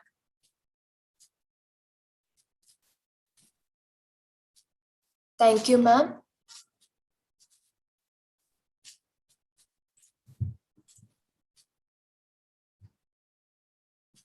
There's another question, ma'am. What can we use as preservatives in syrup or cosmetic instead of glycerins and EDTA? See, as far as preservatives, we are using sodium benzoate, we are using, and citric acid to some extent. Besides that, that is something beyond my comprehension. So we are using, because we are making sugar, because syrup is sugar in itself is a preservative. So if the proper pack is done, and we can use small quantities of sodium benzoate that can be used for syrup preservations. If you don't want to use sodium benzoate, then you need to increase the consistency, or the pack of the syrup has to be good.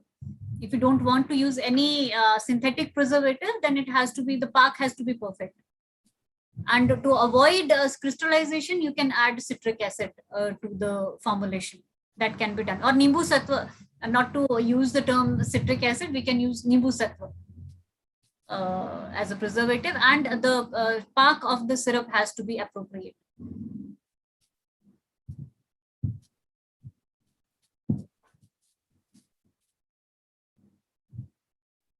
Thank you, ma'am.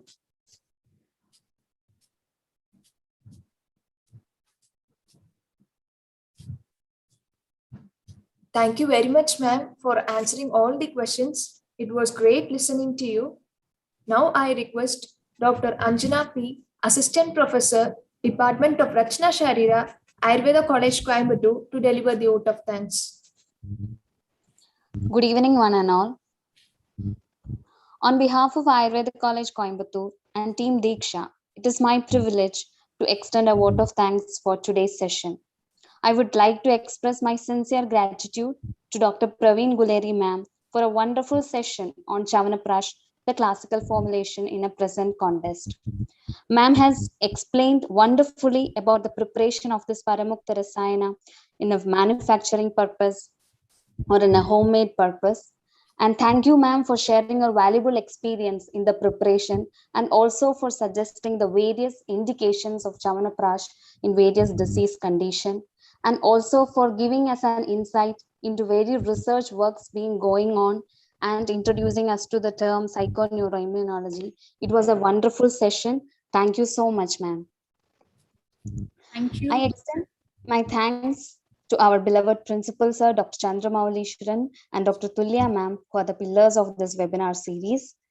I extend my sincere gratitude to the whole Diksha team for providing us with the best virtual platform. Let me thank all our delegates who have responded so well to make this session a successful one. We look forward and welcome you again in our coming sessions. Thank you, one and all. Thank you. I would also like to thank Team E-Diksha and Ayurvedic College, Coimbatore, for giving me the opportunity. Sincere thank you, and to one and all delegates for your patient listening of my views. Thank you so much.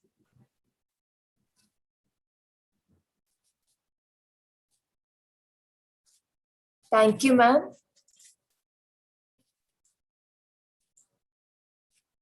Now let's move on to the next session for the day.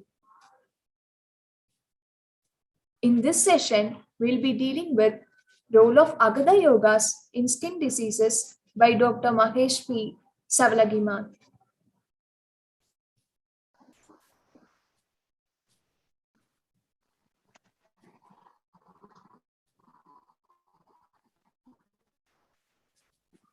Namaste.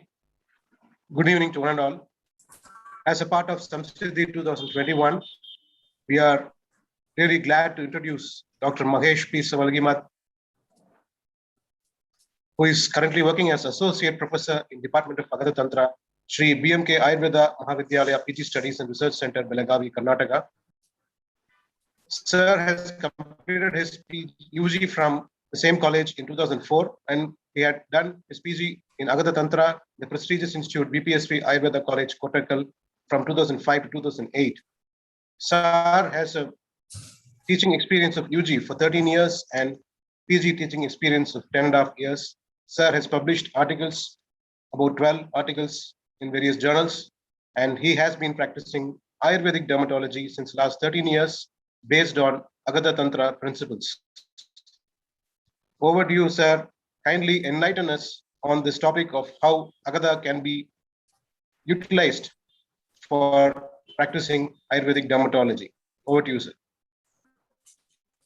Thank you, sir. Namaste, one and all. And first of all, I would like to apologize the organizers because I had been given a different date, and due to some inconveniences, I was not able to do lecture on that day. And first of all, I'd like to thank the organizers, Ayurveda College Coimbatore and Diksha team for allowing me or considering me worth for this lecture. And thank you, sir. Can I share my PPT now? Yes, sir. Yes, sir. You can. You can.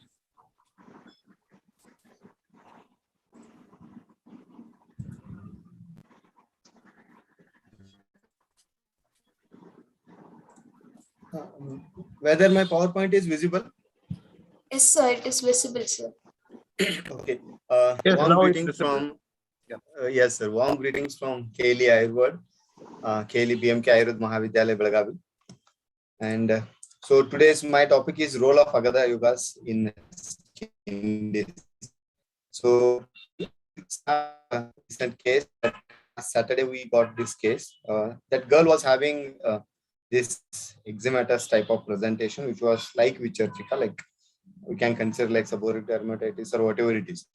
Now, on that day, what happened is the patient was having these conditions since some 2.5 months or so. There was some discussion like when to give Bilwa Dekada, when to give Dushi Visharya. Now, in this patient on 29th August, we gave Patola Katrina Dikasha, Bilwa Dekada, and Triflas for washing. Now, today, again in the morning, the patient came. This second picture is taken in the morning today. Now, here you can see the condition which was patient who was given antibiotics, everything for more than 2 months, was not able to reduce. But in span of, I think, 4-5 days, it has markedly reduced. Very important thing is like itching is absent there. Itching is not there. Now we advise the patient to stop Seka and continue with Patola Katrina, and because it's still remaining for 10 days. Now consider another case. This was like some people diagnosed it as it is a pityriasis rosea. Some considered it as acute exfoliative this one dermatitis. Some consider it like psoriatic presentation also. This was acute onset was there. He was a medical representative by profession. So acute onset was there. When patient came to me at that time, our diagnosis was Pitta Vataja skin disease with acute onset. So the onset is very acute, means Tikshna Hetu is there or something is there which is like Tikshna in the body, which is making it to spread very quickly. There was severe burning and itching sensation. Erythema and always there. So on the first day when patient came, on that day we gave Patola Muladi Kashaya, Dushi Vishari Agada twice daily, 2 tablets thrice daily with honey. Guduchadi Kashaya after food and Nalpamaradi Taila was given. Now later after 10 days patient came, Patola Muladi was replaced with Patola Katorinadi and that Nalpamaradi was replaced by soy oil. Later we planned for Virechana and we did Virechana. So altogether this took some 25-30 days, I think, in span of 1 month. The patient was after 1.5 months. This is the presentation. So here you can see there is almost all lesions have gone. Patient is not having any itching and all. He is now eating even fish and all. So only scars are remaining. Now what is important here is Hetu. Hetu in 2 ways we have to consider. One is many times when it comes to Hetu, we try to correlate only with the Visha and all. But in terms of what I want to say is, what is Visha? Visha is something which is very Tikshna, having Sukshma properties, means it is very quick in action. So something, any disease which has been caused in a very short span of time means it is having some Tikshna, Sukshma property type of Hetu. So that is why the disease onset is very quick. So the Lakshanas also telling that it is spreading very quickly, means there is Gati to that. Gati is because of the Tikshna, Sukshma gunas. So it's like many times when we go, when we approach such diseases, it's like, battling with gun warriors or gun soldiers with the help of sword. So if we do like we go for if we treat such conditions or we approach to such conditions with the help of conventional line of treatment, we may not be successful, or we may get succeeded in the result, in getting result, but there may be delay. There may be long standing medication is required. It is like fighting guns with guns. So what Agadas are, for example, consider Dushi Vishari, Bilwadi, Dashanga, because these are the Agadas which I commonly use. Now, we today, Saturday only, we discussed this one with our PGs, like Dushi Vishari Agada, Bilwadi Agada, and Dashanga. When we consider Dushi Vishari Agada, it is out of these three, it is most Saumya in nature. Bilwadi is compared to Dashanga Agada, it is Saumya. Dashanga is more Tikshna among all these three formulations. Now, when a condition is caused by, that is what is the beauty of Agada yogas. Like when we consider viper bite is there, So in Viper Bite, the Agadas, very few Agadas like Himuan Agada and all, those are explained for Mandali Visha. Other than that, when we look into other Agadas, all are having Tikshna, Ushna, Sukshma properties. They are almost same like the properties that are causing damage in the body or that are creating the pathology. Now here it is, same guna, hita, same guna, ahita. Now same Tikshna, Sukshma, Ushna gunas which are there in Agadas are hita gunas, whereas same Tikshna, Sukshma, Ushna gunas or such properties which are there in Hetu are ahita gunas. So to counteract those Sukshma Guna Janya Roga, any disease caused by such etiology, which are very strong in nature, we need to treat the condition with such a strong medicines only. Many times what happens in that previous case when these agadas, like in future other cases I will tell you, when a case comes with a complaint of severe oozing and pitta type of presentation, many times people hesitate to prescribe agadas like this. Like consider some Kita Visha conditions which are very very fast in onset, very quick in spreading, and they'll be having pitta dominant presentation. Still we are going to prescribe Dashanga Agada. When we look into the Guna Rasaguna Virya Vipaka of Dashanga Agada, 100% on paper it is going to increase. But in the condition where same Tikshna Ushna gunas have caused the clinical manifestations, in such conditions, same qualities medicines are given. That is what is the main principle or the what we can call main deviation from conventional line of treatment to the use of Agada Yogas. That is the main thing. Now, same thing in cases we will see. This is what I wanted to that fighting swords with swords and fighting guns with guns. So that type of approach is what use of Agadas do. Now, this is little bit lengthy case. I will try to in short. A 56-year-old male came with a complaint of erythema, itching, and circular lesions all body.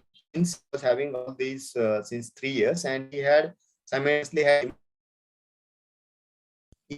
he had some 3 years back some some hello. Yes, sir. I think some issue with your connection. Okay, sorry. Yes, sir. Okay. 3 years back, he had some acne or some problem on the face, and for that he used some self-medication he did. After that, what happened? Because of that, those conditions started aggravating, and later he landed into generalized skin lesions. These are called as bullseye lesions, and this patient was treated in modern hospital, 2-3 modern hospitals for more than a year or so like that. And it was diagnosed as erythema multiforme. It is almost near to that of Steven Johnson's, very severe condition. You can see all over the body, the lesions were there. So when patient came to us for the first time, at that time, we consider it as Pitta Kapha Pradhana condition. So that line of treatment was started, like Patolakatronyadi, Dushi Vishari, Trifla Churna for, he had some constipation problem, and Nalpamra Dithaila was given for external application. With Trifla, patient was not able to get, loose stool. So that was replaced by Trirutle. In this way, in this way only we started the treatment. Later in between, he developed a fever. Then Dushi Vishari was replaced by Bilwadi Agada, and for that burning sensation, Kumari Surasa was given for external application. See, here you can see the lesions. He even had lesions on the axilla. Now, these are nothing but this condition we diagnosed, the axillary condition we diagnosed as DIKSHA or hidradenitis suppurativa in modern. The generalized lesions were considered as erythema multiforme in modern, and we consider it as Pitta Kaphaja, like Kardama Visarpa. Now, during the treatment, during the course, I think after 1 month or so, this was the presentation. There was marked, and whole body he was having such lesions. Now, later what happened? We planned for doing Virechana in this patient. But due to his abnormal appetite, he used to get very what we can say is like a Vishama type of Agni was there. Sometimes his appetite used to be good, and sometimes it is not so good. So it was not possible, and we tried with Patolomulali Kashaya only. Many times, 3 times patient was admitted, and every time first 4-5 days we used to give Patolomulali Kashaya, and then the patient was managed successfully.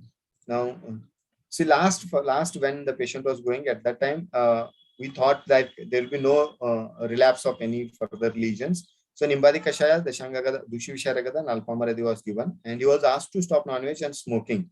He used to smoke almost 15-20 cigarettes per day. So that is also one of the triggering factor for erythema multiforme.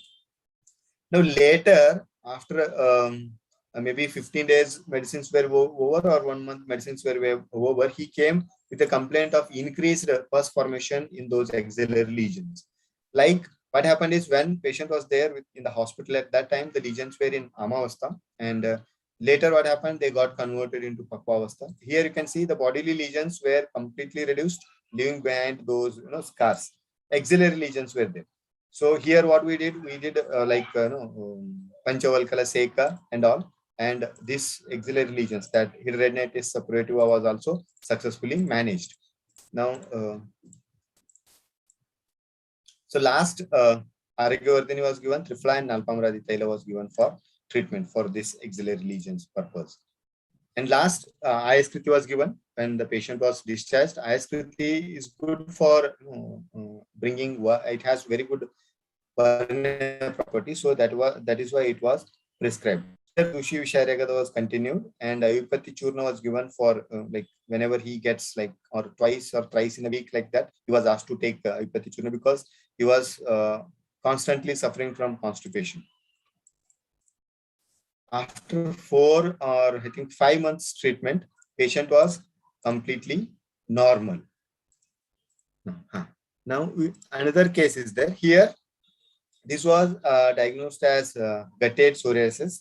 Now here you can see the patient was having severe itching and scaling, mild scaling was there, thin scales were there, and it was again having acute onset. He was a farmer by profession. He was working in a field, I think. As per him, he developed these type of presentations after flecking or cleaning Parthenium and all. So we thought that we should consider the Hetu first, and accordingly it was three visits he had, and 3 visits and Soria oil was given, Kudajataila. Now here, Udichadi Kashaya, because it was having like Vata Kapha or Vata Pitta type of presentation. So for that purpose, it was given. And as patient was having history of that Parthenium association, so Dushi Vishari was given. Later, Dushi Udichadi was, to continue to that, he complained still persistence of itching. So Aragodadi was added. Lastly, again, Aragodadi was stopped. Udichadi was started, continued, and Aragyavardhini for the Panapachana and Narsimha Rasan was given. He was to improve Bala. He had some weakness problem. So Manjistadi Taila was given for external application, as it is acting as more Varnya than Nalpamaradi Taila and Soria oil. Here you can see this is the visit when that Aragodadi Kashaya and Udichadi Kashaya was given.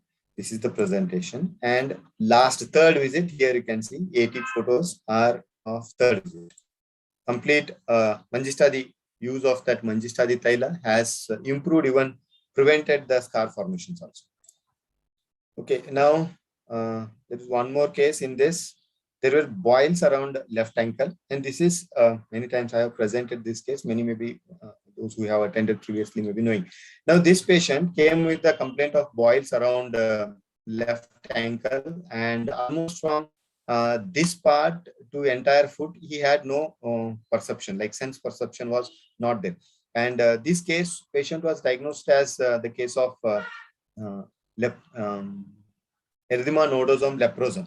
Okay, patient visited us on 2nd October 2012. Now, I was interested in these right leg lesions. So I asked about right leg lesions. He said that he recently, in span of 10-12 days, he developed the lesions. What happened is he used to keep a pillow between both the legs so that they should not, left leg should not touch the right leg.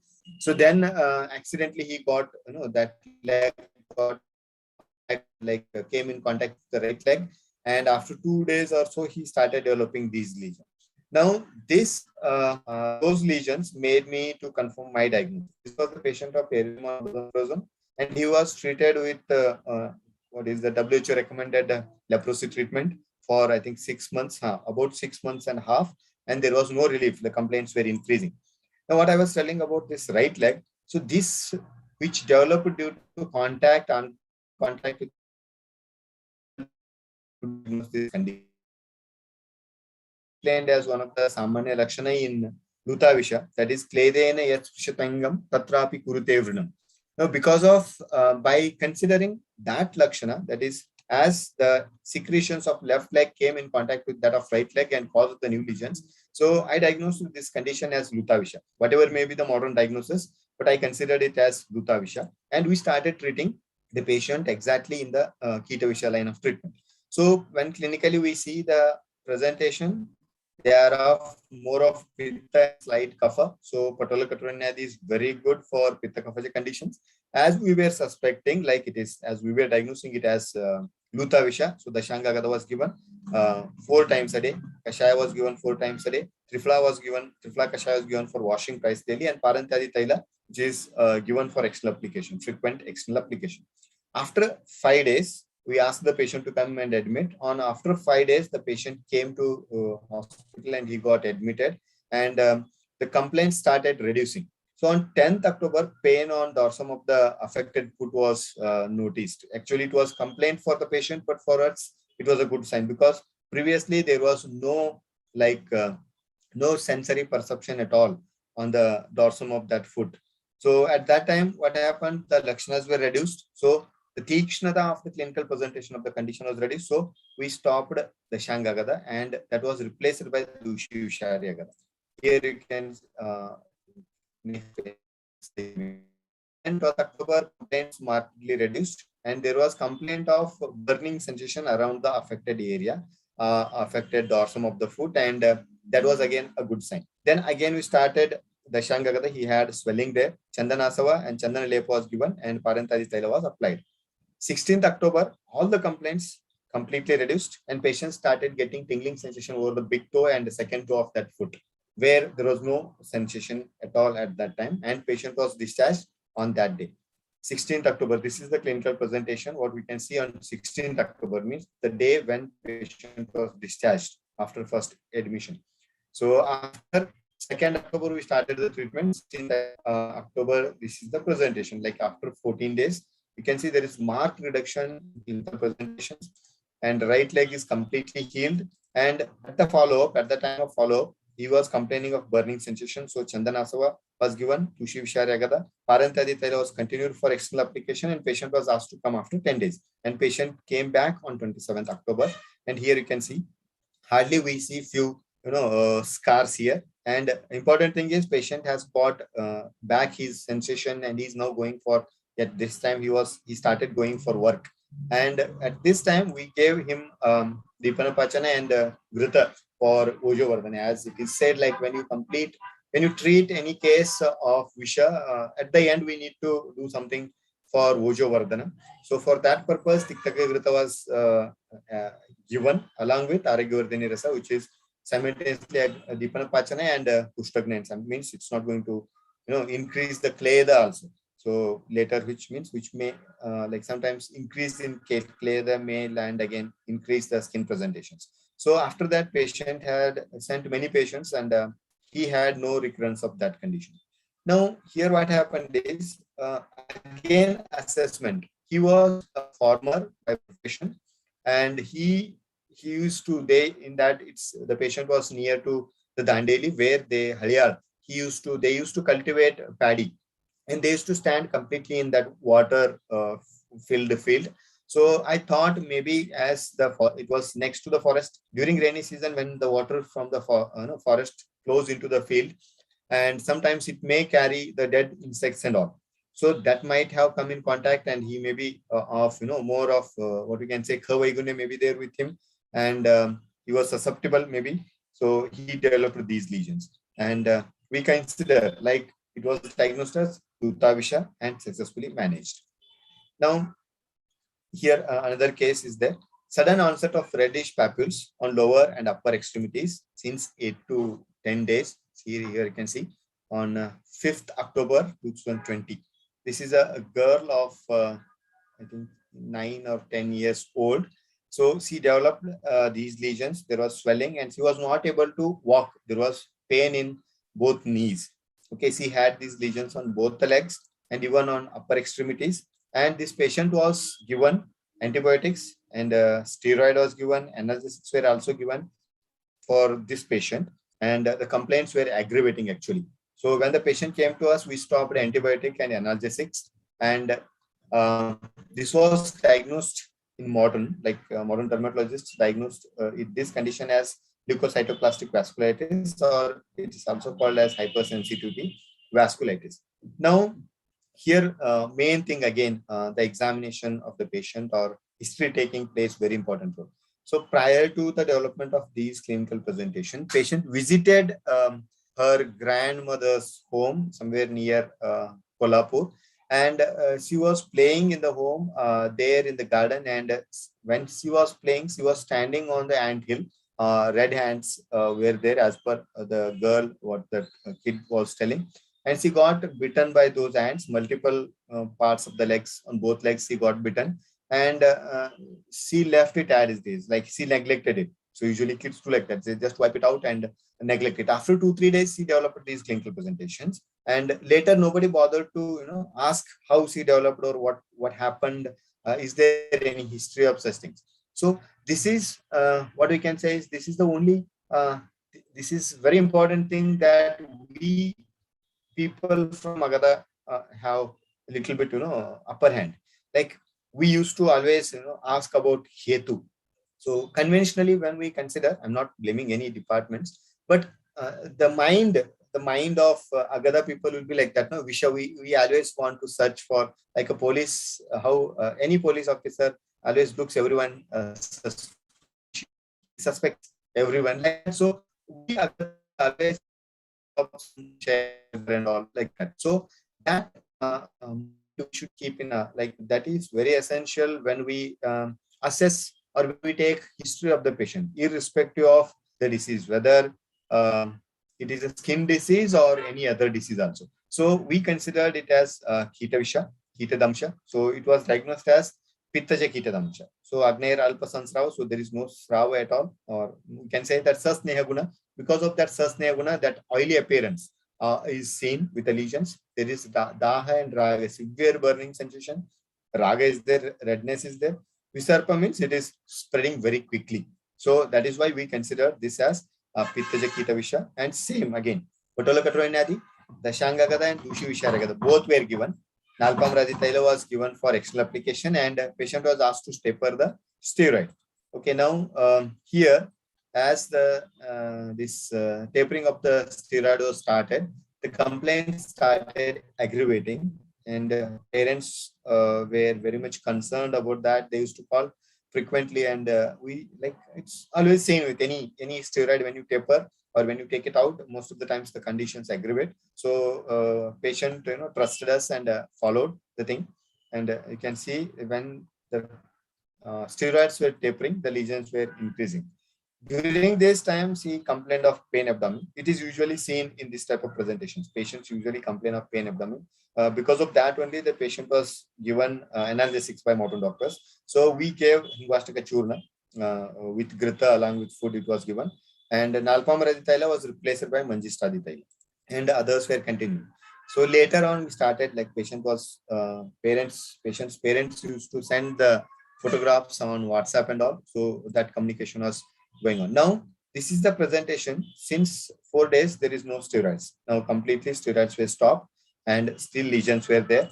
And steroids, along with the steroids, our medicines were there. Okay, so that is why it was not so much aggravated. Okay, now here you can see 7 days. Now, after that, we stopped Patula Katrainadi, continued Bilwadi and Dashangagada only, and Nalpamaradi Taila was reintroduced here. This is 4th November. Only Dushi Visharagada, Nalpamaradi Taila was there. Mid in the November, you can see the lesions are markedly reduced. Second, you may be asking why so much of follow. Now, when we read into this leukocytoclastic vasculitis, as per the modern, the recurrence rate is very high. Whenever even smallest triggering factor, dust or sometimes even mosquito bite may aggravate this condition, again patient may develop such presentation. So that is why the follow-up was maintained. It was just a telephonic follow-up, like patient.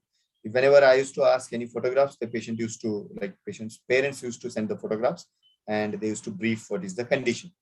Now, this is till March 21, we followed the patient and there were no recurrence at all. Still the patient is not getting, like, now we are in the September of 21 and patient has not developed any recurrence. So this is same case, similar type of leukocytoclastic vasculitis, but an adult. And here, this one also was diagnosed as same and treated like same, that only, like steroids, antibiotics were given, the condition was aggravated, and then the patient was referred by somebody to our hospital. Now here you can see these lesions, dark lesions are there. Here also you can see slight necrotized lesions we are seeing. This person was a safari driver by profession, and he visited the Andeli forest, and on return he started developing these lesions, and he consulted modern dermatologist and all.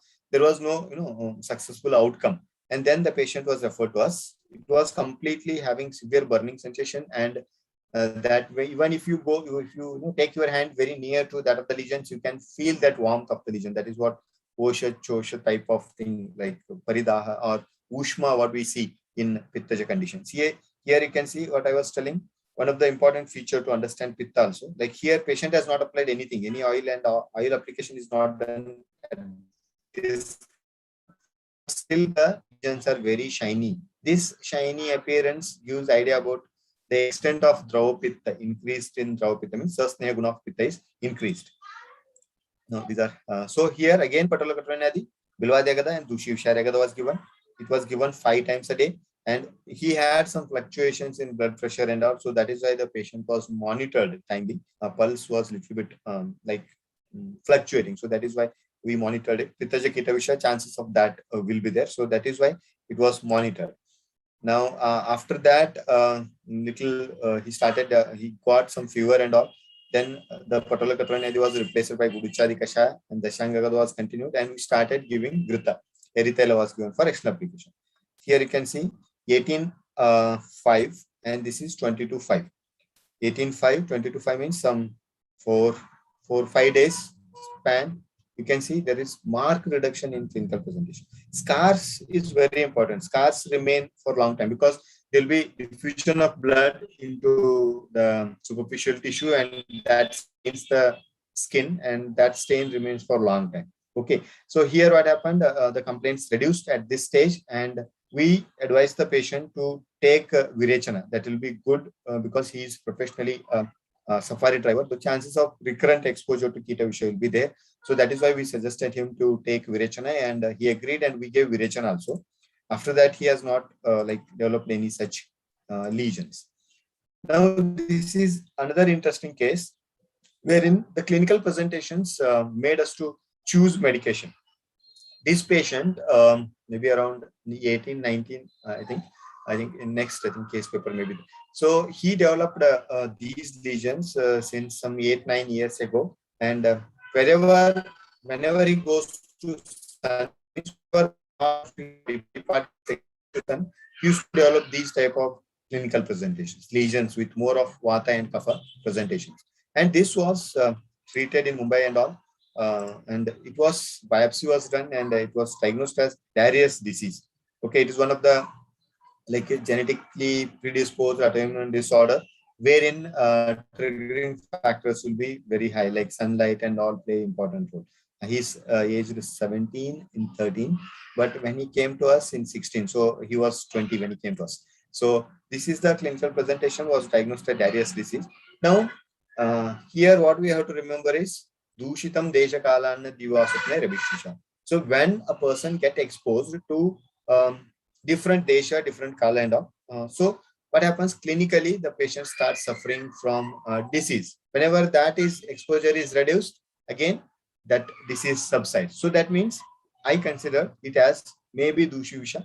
Dushivisha is there inside the body. So that is why the person is, or the disease is behaving like that, or the person's condition is behaving like that. So here many times what happens, people interpret that Dushitam Desha Kalana Divasupne Ravikshansha like Dushta Desha, Dushta Kala and all. It's not Dushta Desha, Dushta Kala. It is normal Desha, normal Kala, normal Anna. Everything is normal. What is abnormal is that Dushivisha is there in that person's body. Same sunlight when his parents or his brother go under same sunlight, they won't develop any such disease. But that person is developing means there is something problem is there in that person and not in the sun. It's not dushta surya, dushta sun, the like damage disturbance is there with the sun. It is the disturbance there in the body of that person. So Dushi Visha is to be understood like that only. So I think 2 times we did Virechana to this patient.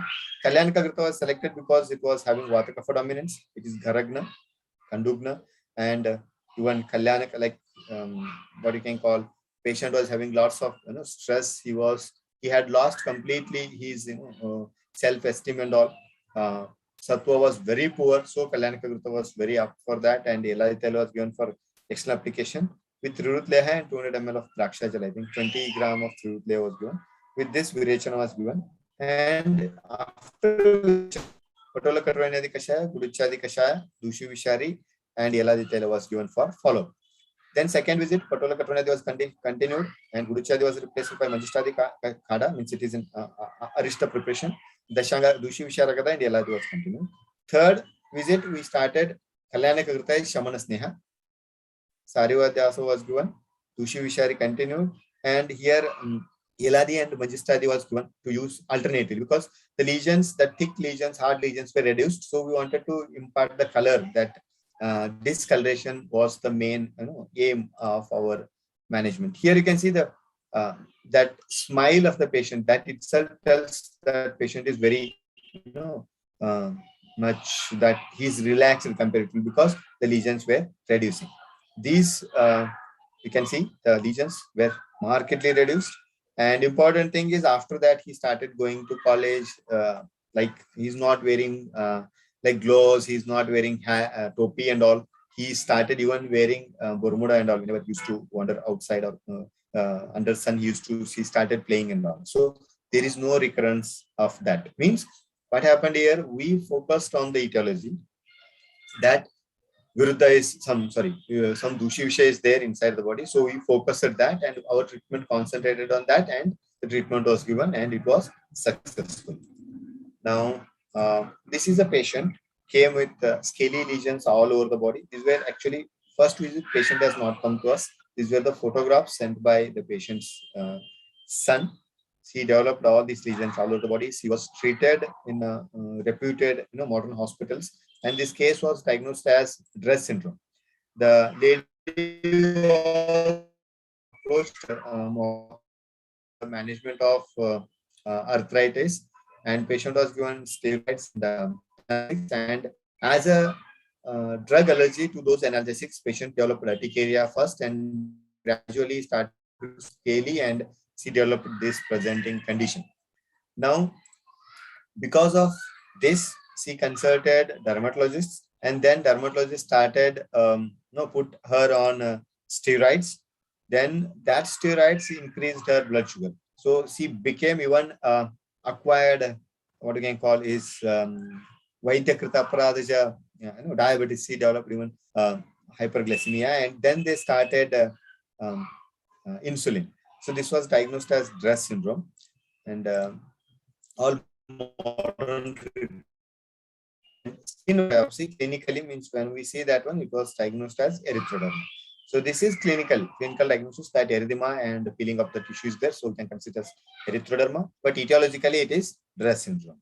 She simultaneously developed diabetic ketoacidosis, and clinically at end when the patient came to us, so there was increased scaling, severe erythema, burning sensation, pain, fever, vomiting, and weakness. She was not able to take food. She was solid foods, even semi-solid also she used to get vomiting, and there was history of drug allergy. So we considered etiologically this as Dushi Visha or Garajanya skin disease. In skin disease, this was very much close to that of Charmadala. Raktam Sakandu Sputam Sarup Dalati Chapiyat Charmadala Kyatam Sparshasaham Uchate. So pitta dominant condition. So we considered it as that of Charmadala, and patient was treated accordingly.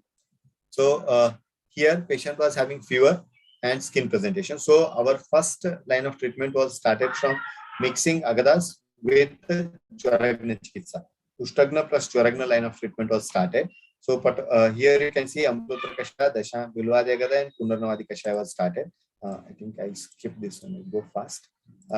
Here, totally, in this patient, what was given alternatively when this Amrutra Kashaya was stopped, Patala Katranadi was introduced, and then gradually the lesions started reducing. Bilwadi was replaced by Dushi Visharagada. And here you can see this is the presentation after, I think, 1 month, 2 months, I think. Later, this is, I think, last visit. So then what happened? See, we started, focusing on the sugar, blood sugar. For that, Asanadi Kashaya was added. Asanadi Kashaya, Nishamalaki capsule were started. And then sugar also started to come down, where she used to get take 8 units of insulin that got reduced to 2 units, and later they stopped it completely. After that, they stopped it. And here you can see after total, this is the visit after 8 months of treatment. Means she got completely rid of those lesions after within span of 2.5 months only. But after 8 months, and these photographs were taken, we can see the patient has completely recovered.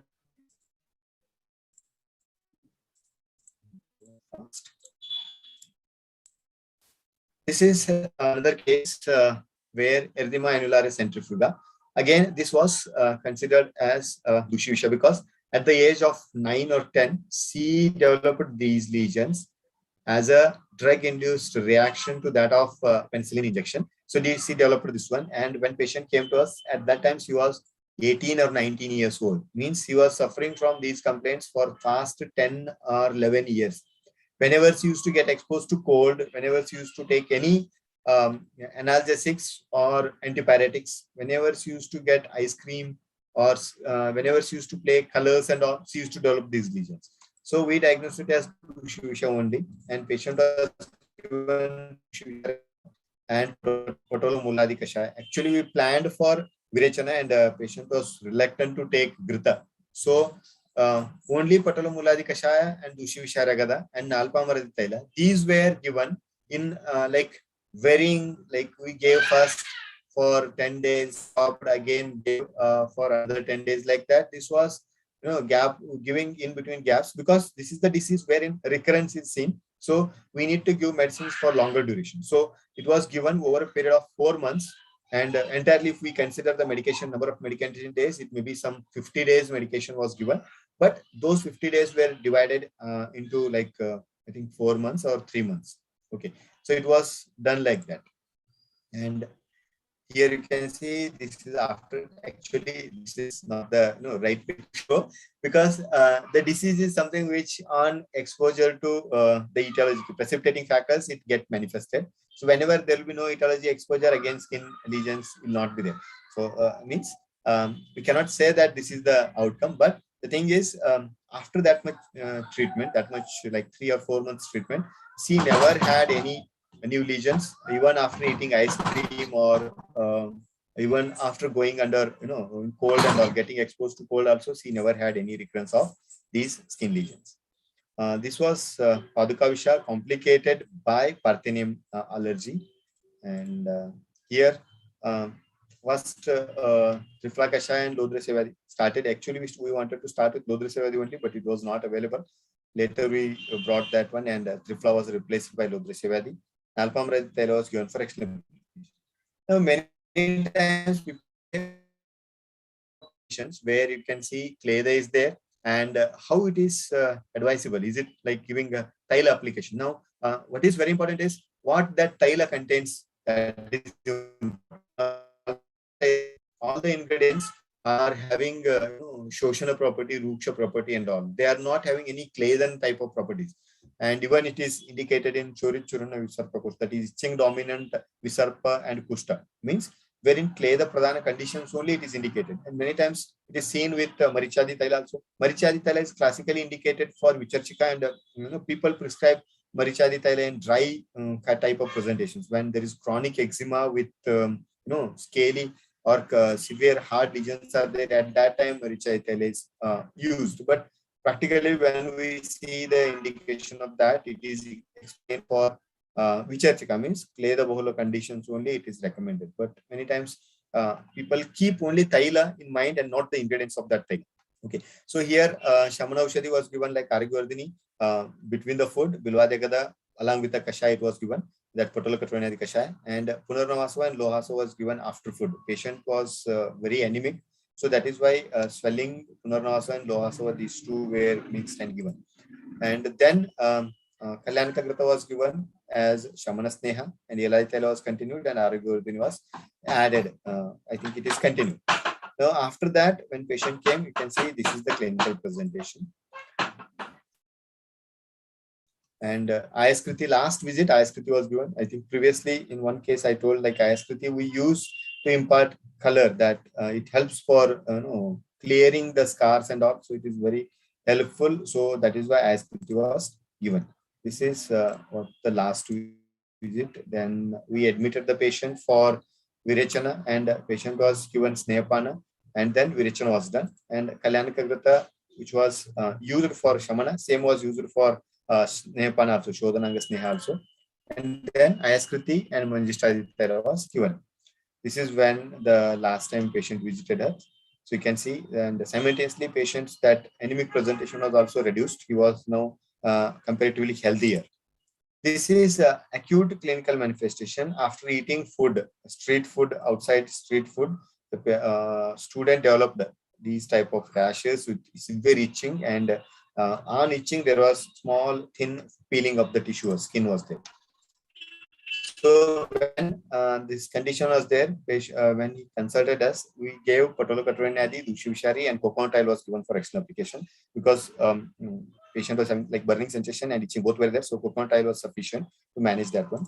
And after on third day, you can see there was itching was reduced comparatively, and lesions were also comparatively reduced. And this is on third day only. And on sixth day, you can see the complaints are completely reduced. There is no lesion, even scars also not there. So Patolokatranadi, Dushivishari was given, and external application was coconut oil. This is a patient, like when we see this one, we feel like plantar psoriasis and all. But as per the patient's explanation, these lesions were caused as she used to work more in that bathroom filled with more of soap water and all. So again, contact dermatitis type or contact Vishajanya contact, maybe they're like that. It was thought, and this patient was treated for 1 month or 1.5 months. Here, the etiology was there as per the patient's soap, but clinical presentation is more of Badadari than that of Vipadika. Means more of Vata dominant than Vata Kapha. So here Vata dominant was there, so Vata Supakrama is explained there. So Dipana Pachana was needed, so we gave Arigvardhini, and for Vata Supakrama, Tiktagagrata and Dushivishari for that soap allergy, Eladi Tela was given for external application. Now here you can see after 30 days, there was almost all lesions were reduced. This part usually takes more time to heal. This is more, in this part, usually the tissue will be, or the skin will be more delicate, and it takes more time to heal. And later that also was reduced. Now this is a condition like, excuse me, home is near, and that disturbance is there.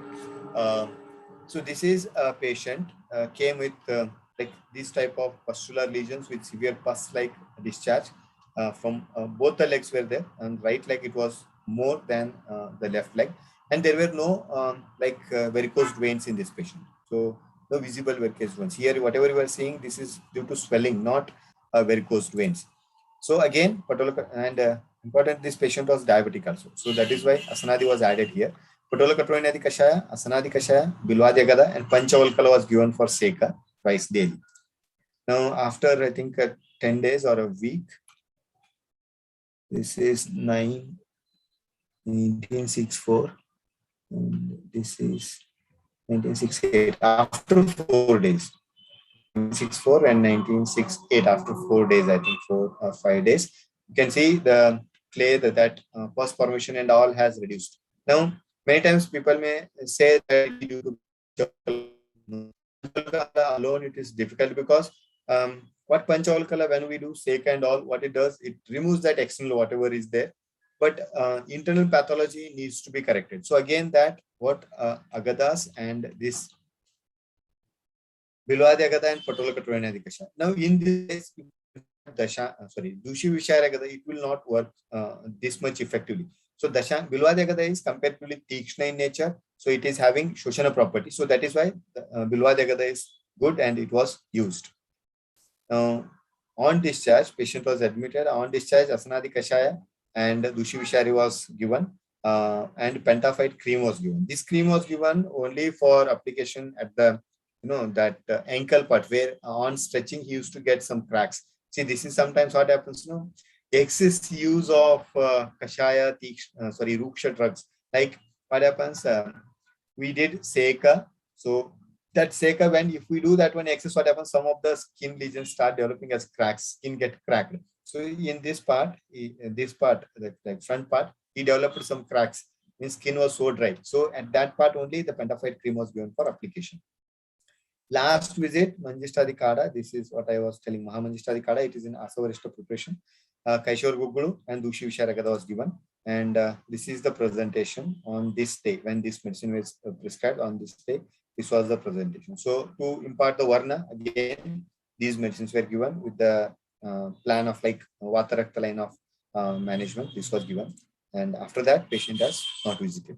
This is recently, some maybe, again, these photos were taken 2 days back or 3 days back, maybe Monday or Saturday.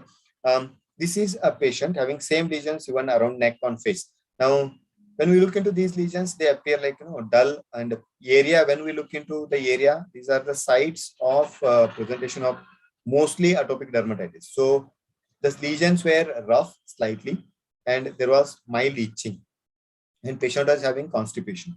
So for that purpose, we gave Kumarasava 8 to 10 ml. She was 9 years old. 9 years or 7 years. Kumarasava 7 to 8 ml. Dushi Vishari 1 BD. Navayasoloha half BD, and Nalpamradithyl was given for external application. Still medication is going on. This is taken on 12th day of medication. Here you can see there is marked reduction in the clinical complaints, clinical presentation. And here when the patient came on this day, there was no itching at all. Itching was markedly reduced. Here on face also she was having marked was there, which was comparatively reduced. So to conclude, understanding Hetu is very important. It plays very important role. Hetu in terms of not only Visha, in terms of Tikshna, the nature of that Hetu, whether it is very Tikshna, very Sukshma in nature, fast in nature. So when the manifestation of a disease is caused in very quick, in quick way, so in fast way, so treatment is also to be required in such a way. Okay, and most of the times this is the reason if we do that type of management.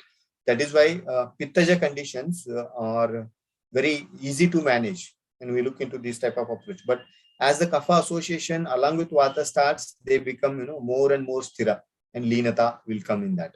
So that is why whenever we acute manifestations, it is better to treat them in that acute condition, acute stage only, with more of effort to understanding disease and evaluating the Hetu, and medicines should be given. If we delay that stage, if that acuteness is delayed, once the condition lands into chronicity, then it becomes very difficult to manage the conditions. And lastly, don't try to copy anybody's treatment, and rather you understand why those medicines were given. If we look into entire this presentation, we can see that hardly some 10 or 12 medicines were used. Patolakatrvanadi Kashaya, Nimbadi Kashaya, Patolmuladi Kashaya, Guduchadi Kashaya, Aragudadi Kashaya, Dushi Vishari Agada, Bilwadi Agada, Dashanga Agada, Nalpamradithyla, Yeladithyla, Trifla and Panchavalkala, and sometimes Manjishtadithyla was there.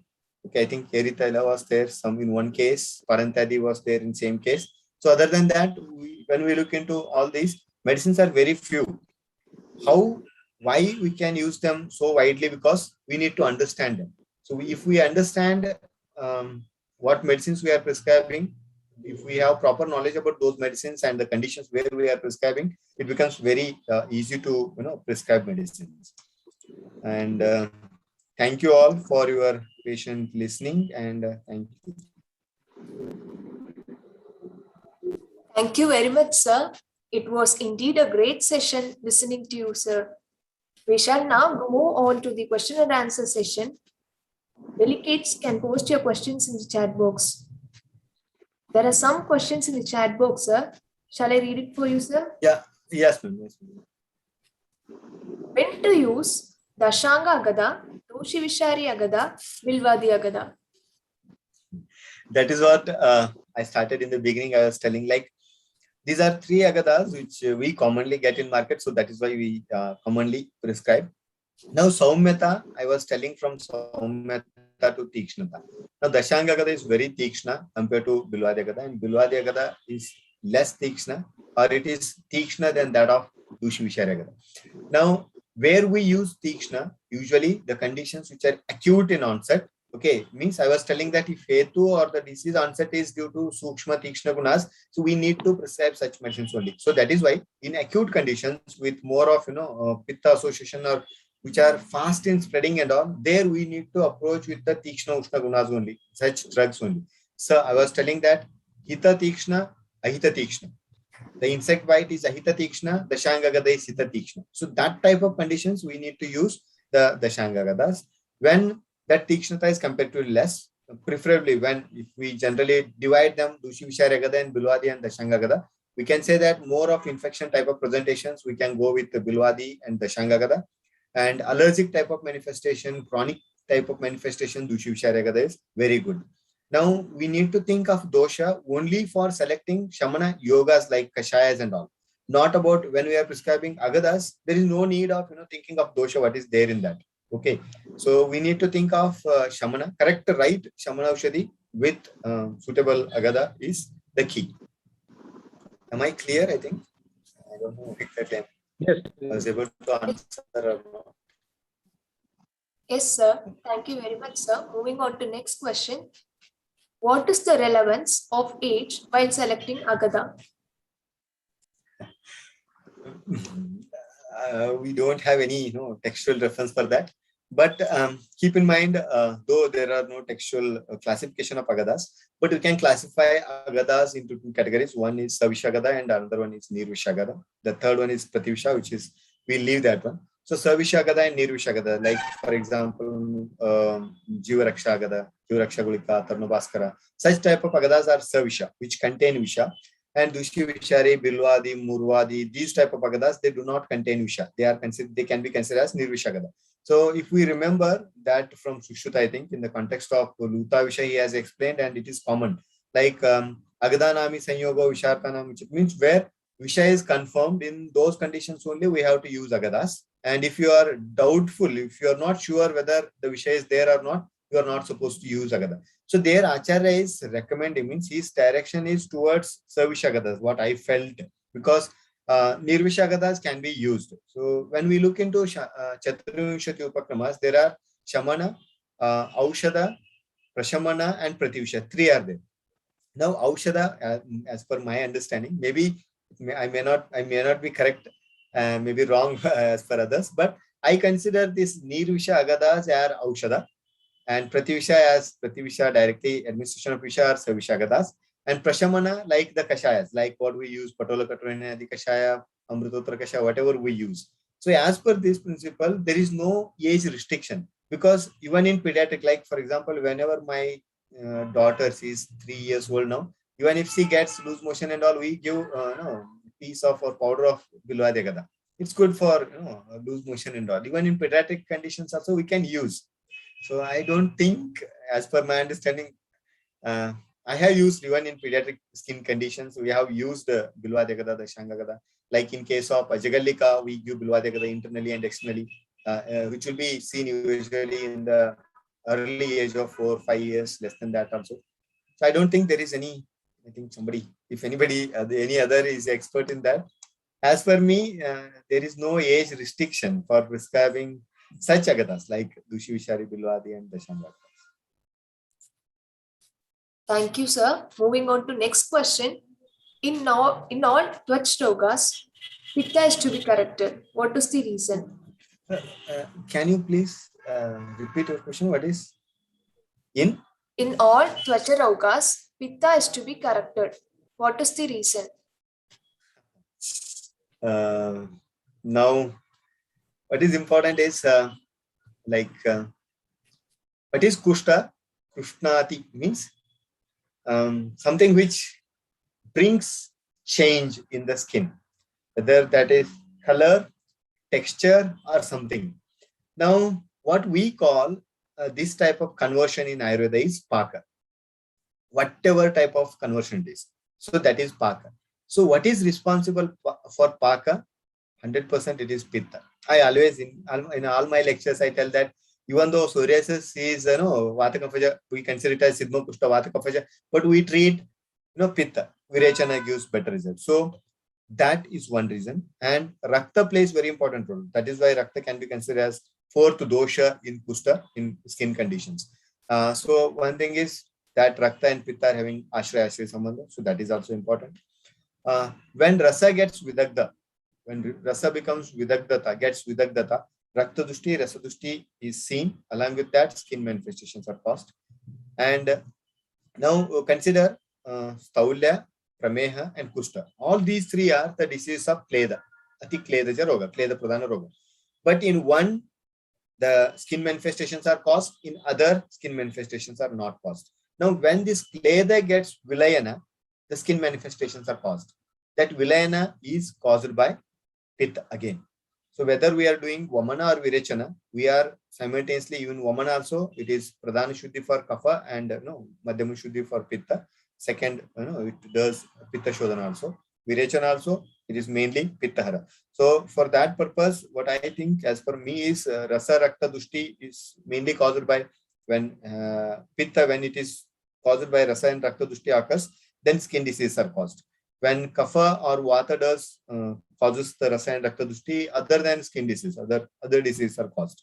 So that is the reason why we need to concentrate more on Pitta. Again, the Varna, Chaya, all these are imparted by Pitta only. So that is the reason why we need to treat or we need to focus our treatment more on Pitta in case of skin disease.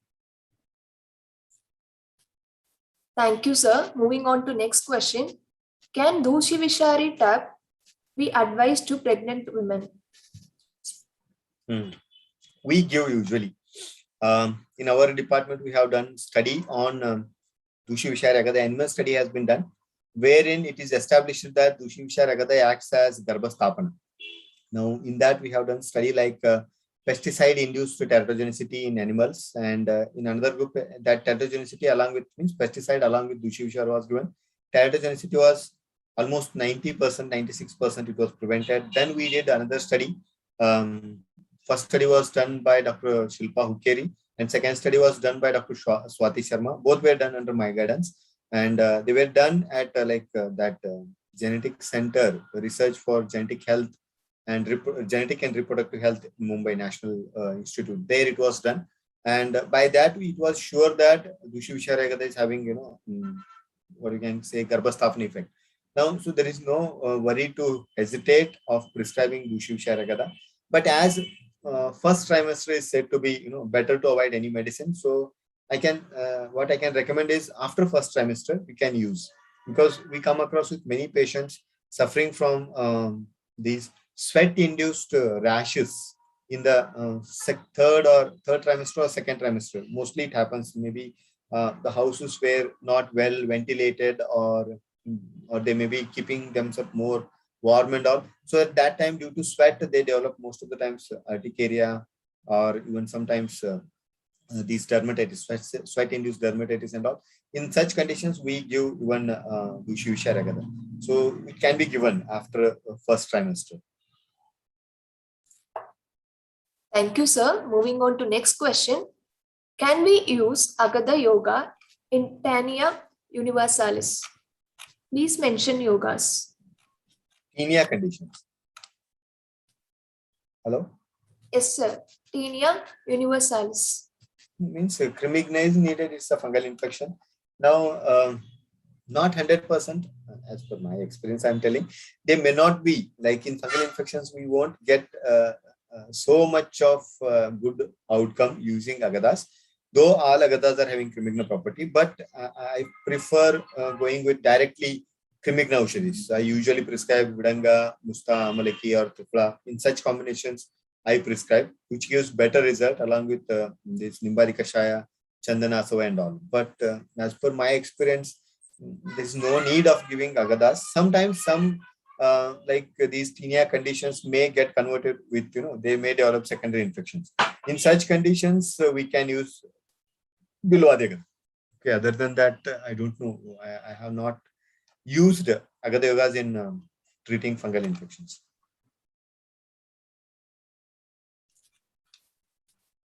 Thank you, sir. Moving on to next question. As a preventive, whether Kadiradi Rasayana can be used and whether it is advisable in all age groups. Now, very difficult to say. Now, why? Because Khadira, first of all, it cannot be recommended for all. It is Ati Kledahara, Shoshana, it is having Shoshana property. And such drugs not recommended for continuous use, like Asana, Khadira, Bija, Sinchipa and all these type of Salasaladi Ganas, mostly they are most of the times they are of Kapha Shoshana Medohara property. So I don't think they are to be recommended for a preventive purpose for long time unless there is pathology. But as per me, for preventing, like for example, to prevent the recurrence of skin disease, which we usually practice with psoriasis, psoriatic conditions, what we need to focus is Rasadhatu. So that is why we commonly prescribe Guduchi, Estimadu, Shatavari, Trifla type of Rasayanas, Crimigna Rasayanas to prevent the recurrence, like Haridra, what I was telling, that Vidanga, Musta, Trifla, and Amalaki. This is common. We commonly we have made this combination and it's available in our hospital. We prescribe like that. So these are better to prevent than I think, as per my understanding and experience. I have not used Khadira, that type of yogas for prevention. But sometimes, like this, whenever the patient had Shvitra was there, and later, like Shvitra got cured by your medicine, and patient want to go for getting patient is married and they want to have children. So in such conditions, we can use asana for over a period of time, like 6 months or 8 months, with in between breaks. We can give some breaks in between, and we can give some vritas like Kalyanika Vrita and all, and we can give asana, so that it is going to prevent. It may prevent. We have not seen, because progenies, whether they are going to get Shvitra or not, we don't know. We have to follow them for long period of years, then we will come to know. But as per the text, we can use such medicines to prevent and transfer, or like transverse distribution or transfer spread of the disease. So for that purpose, for some extent, it can be used in the people who suffered from the disease. But in healthy individuals, I don't think use of Khadira, such things is needed to prevent skin conditions.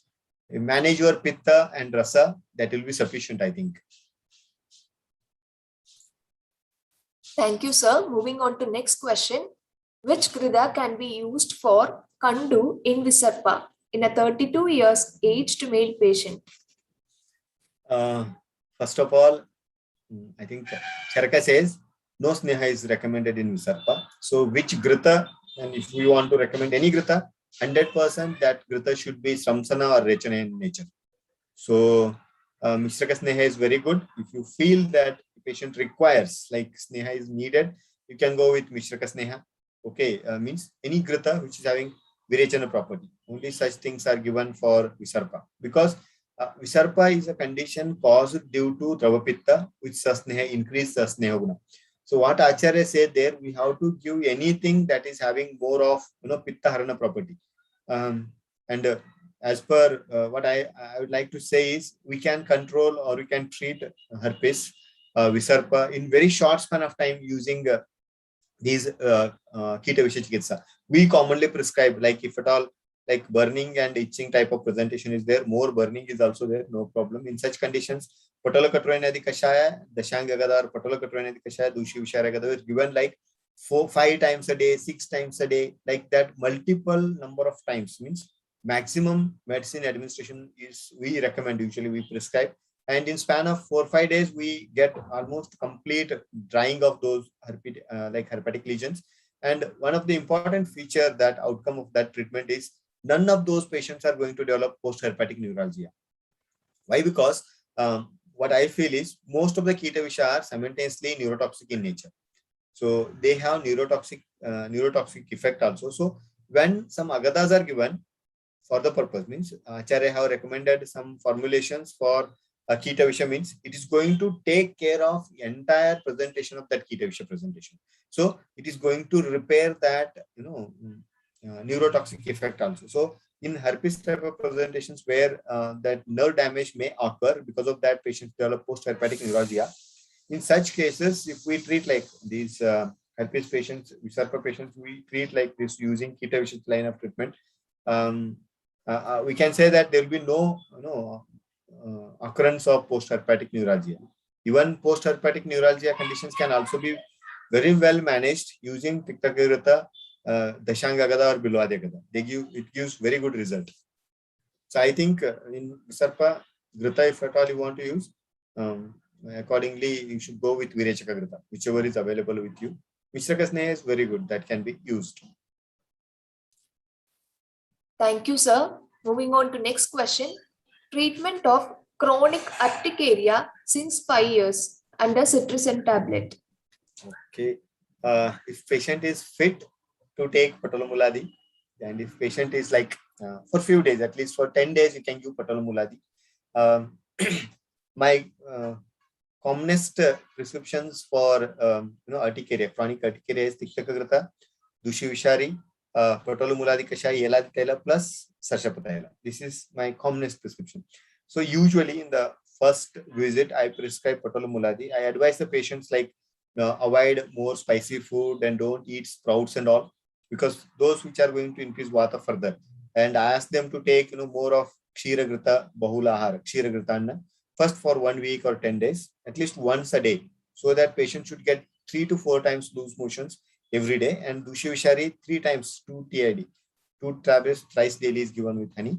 And Sarshapataila mixed with Yeladi Taila. Actually, Chakradutta recommends Yeladi Churna with Katutaila. So that is not convenient. So what we do, we mix Yeladi Taila and Sarshapataila and give for application twice daily. After that, bath is to be given.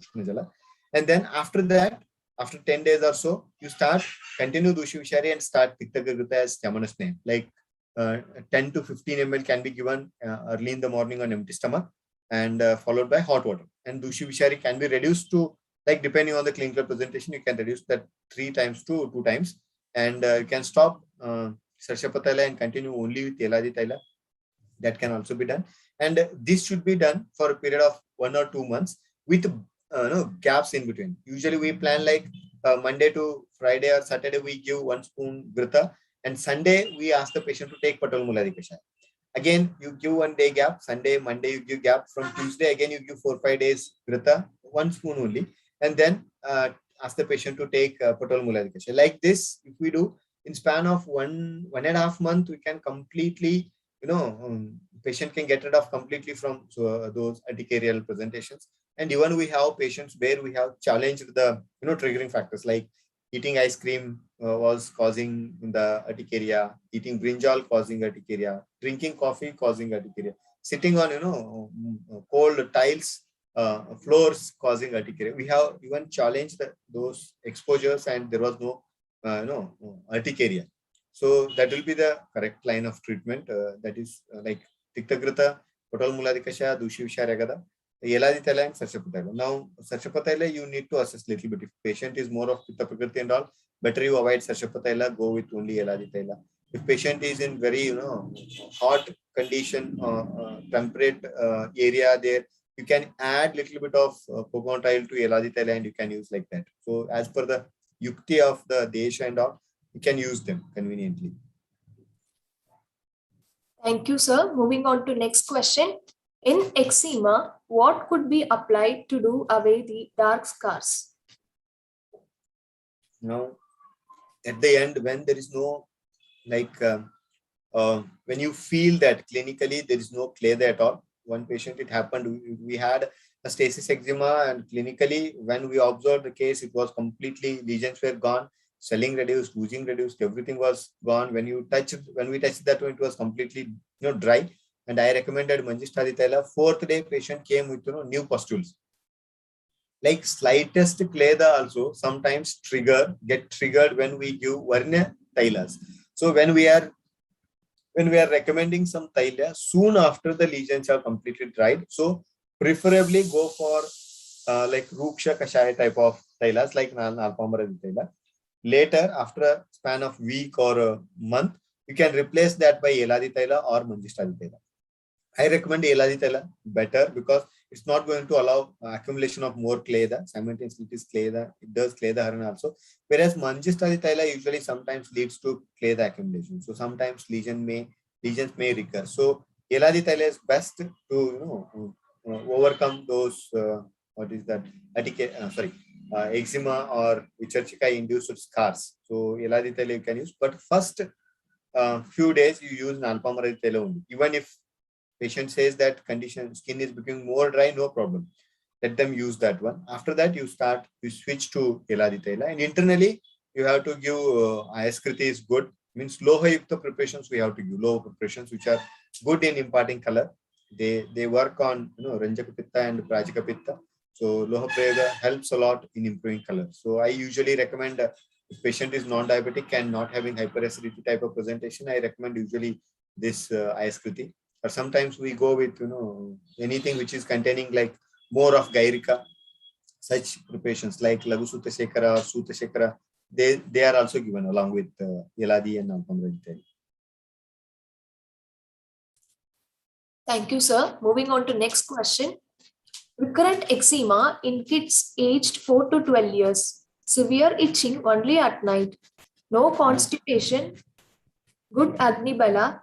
Please advise both topical and systemic Ayurvedic line of management. That one important feature is that evening itching or late night itching is one of the peculiar presentations seen with atopic dermatitis. It must be as it is. It may be, I think, as it is a pediatric case.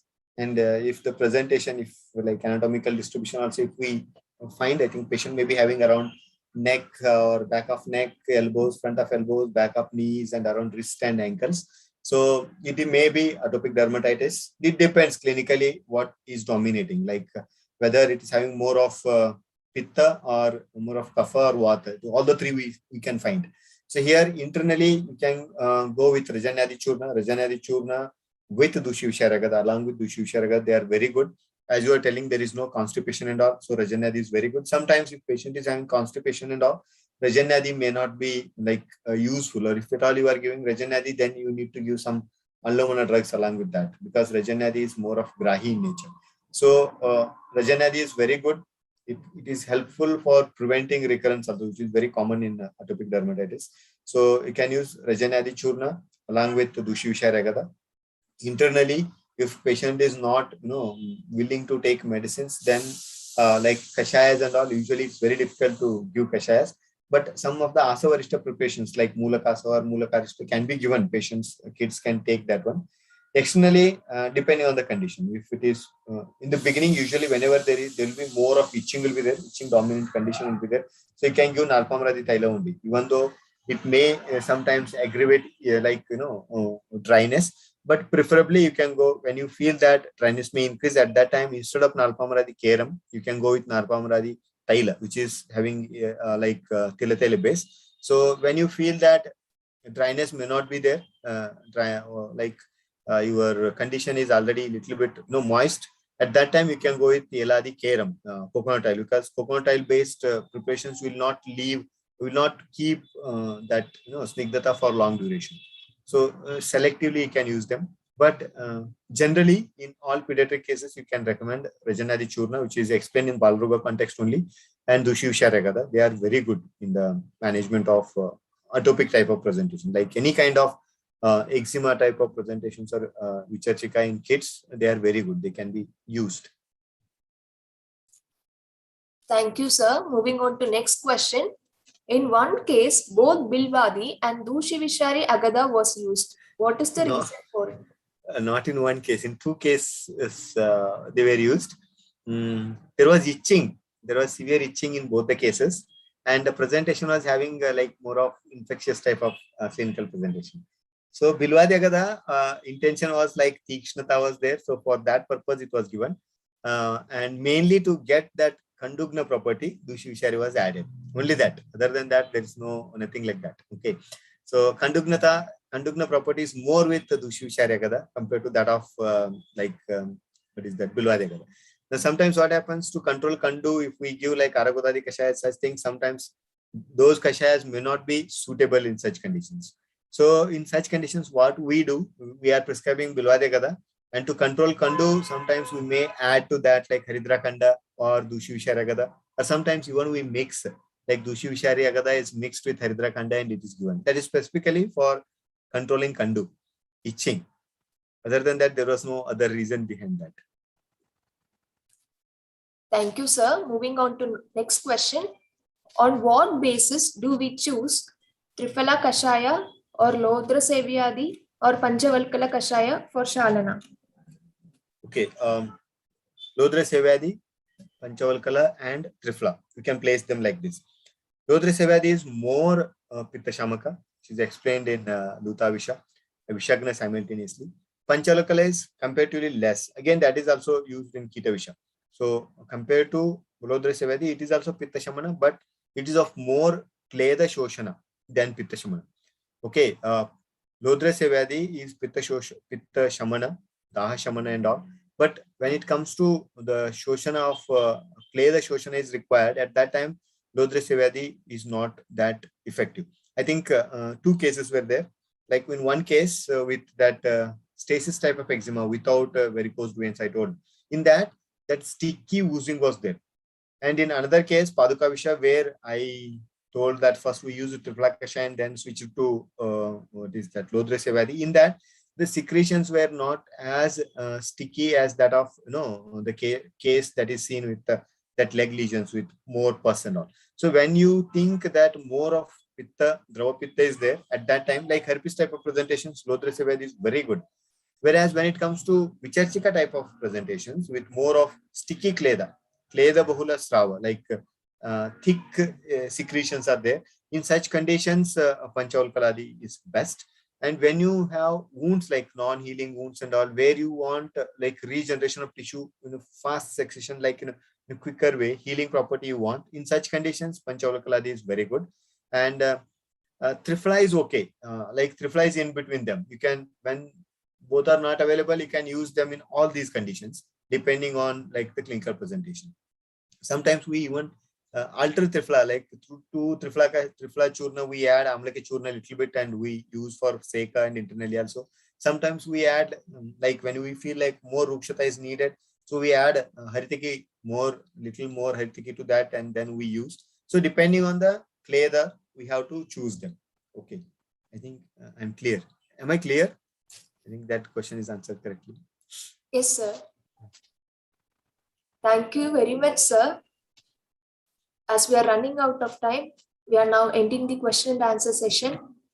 Once again, thank you very much, sir, for answering all the questions with so much patience. It was great listening to you, sir. Excuse me, I just want to make a thanks note for Dr. Mahesh. Sir, it was really a wonderful presentation with analytical approach. Thank you so much, all sir. the practical inputs which you had got through your experience. Estu kevala shastrajnah karma swaparinishthitah samuhyati aduram prapya. So that is now taken off from the equation. I think we all got the appetite to treat skin disease patients now using Agada yogas. And after quite a lot of gap, we have got this opportunity. And thanks a lot again, sir, for patiently answering and combining Guna Siddhanta with Agada yogas. It was really exceptional. Thank you. Thank you. Thank you. Thank you, sir. Now I welcome Dr. Neetu K.S., Assistant Professor, Department of Kaya Chikitsa, Ayurveda College, Coimbatore, to deliver the vote of thanks.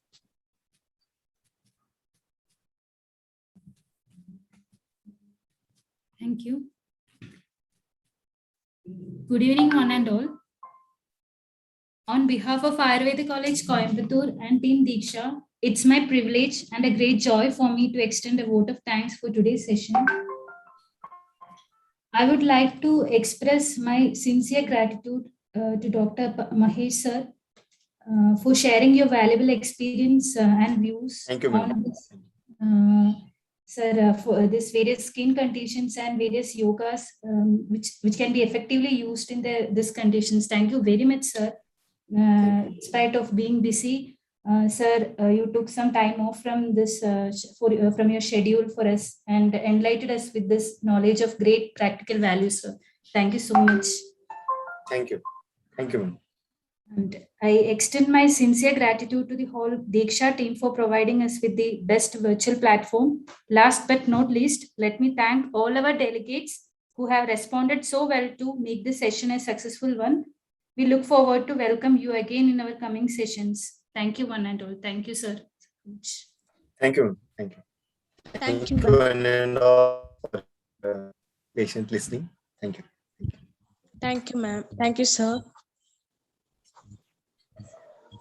We have now come to the end of the session. See you all in the next session on deepening our understanding of autoimmune diseases with Ayurveda by Dr. Pratibha Shah and Ayurveda Decoding for Optimization, Refinement and Scaling by Professor Madan Thangavelu on September 2, 2021 at 6 p.m. To know more about our updates, please do stay connected with our social platform. That's all for today. Most interesting session with a lot of new information. Meet you all in the next session. Until then, stay home, stay safe. Thank you all for joining us. Thank you.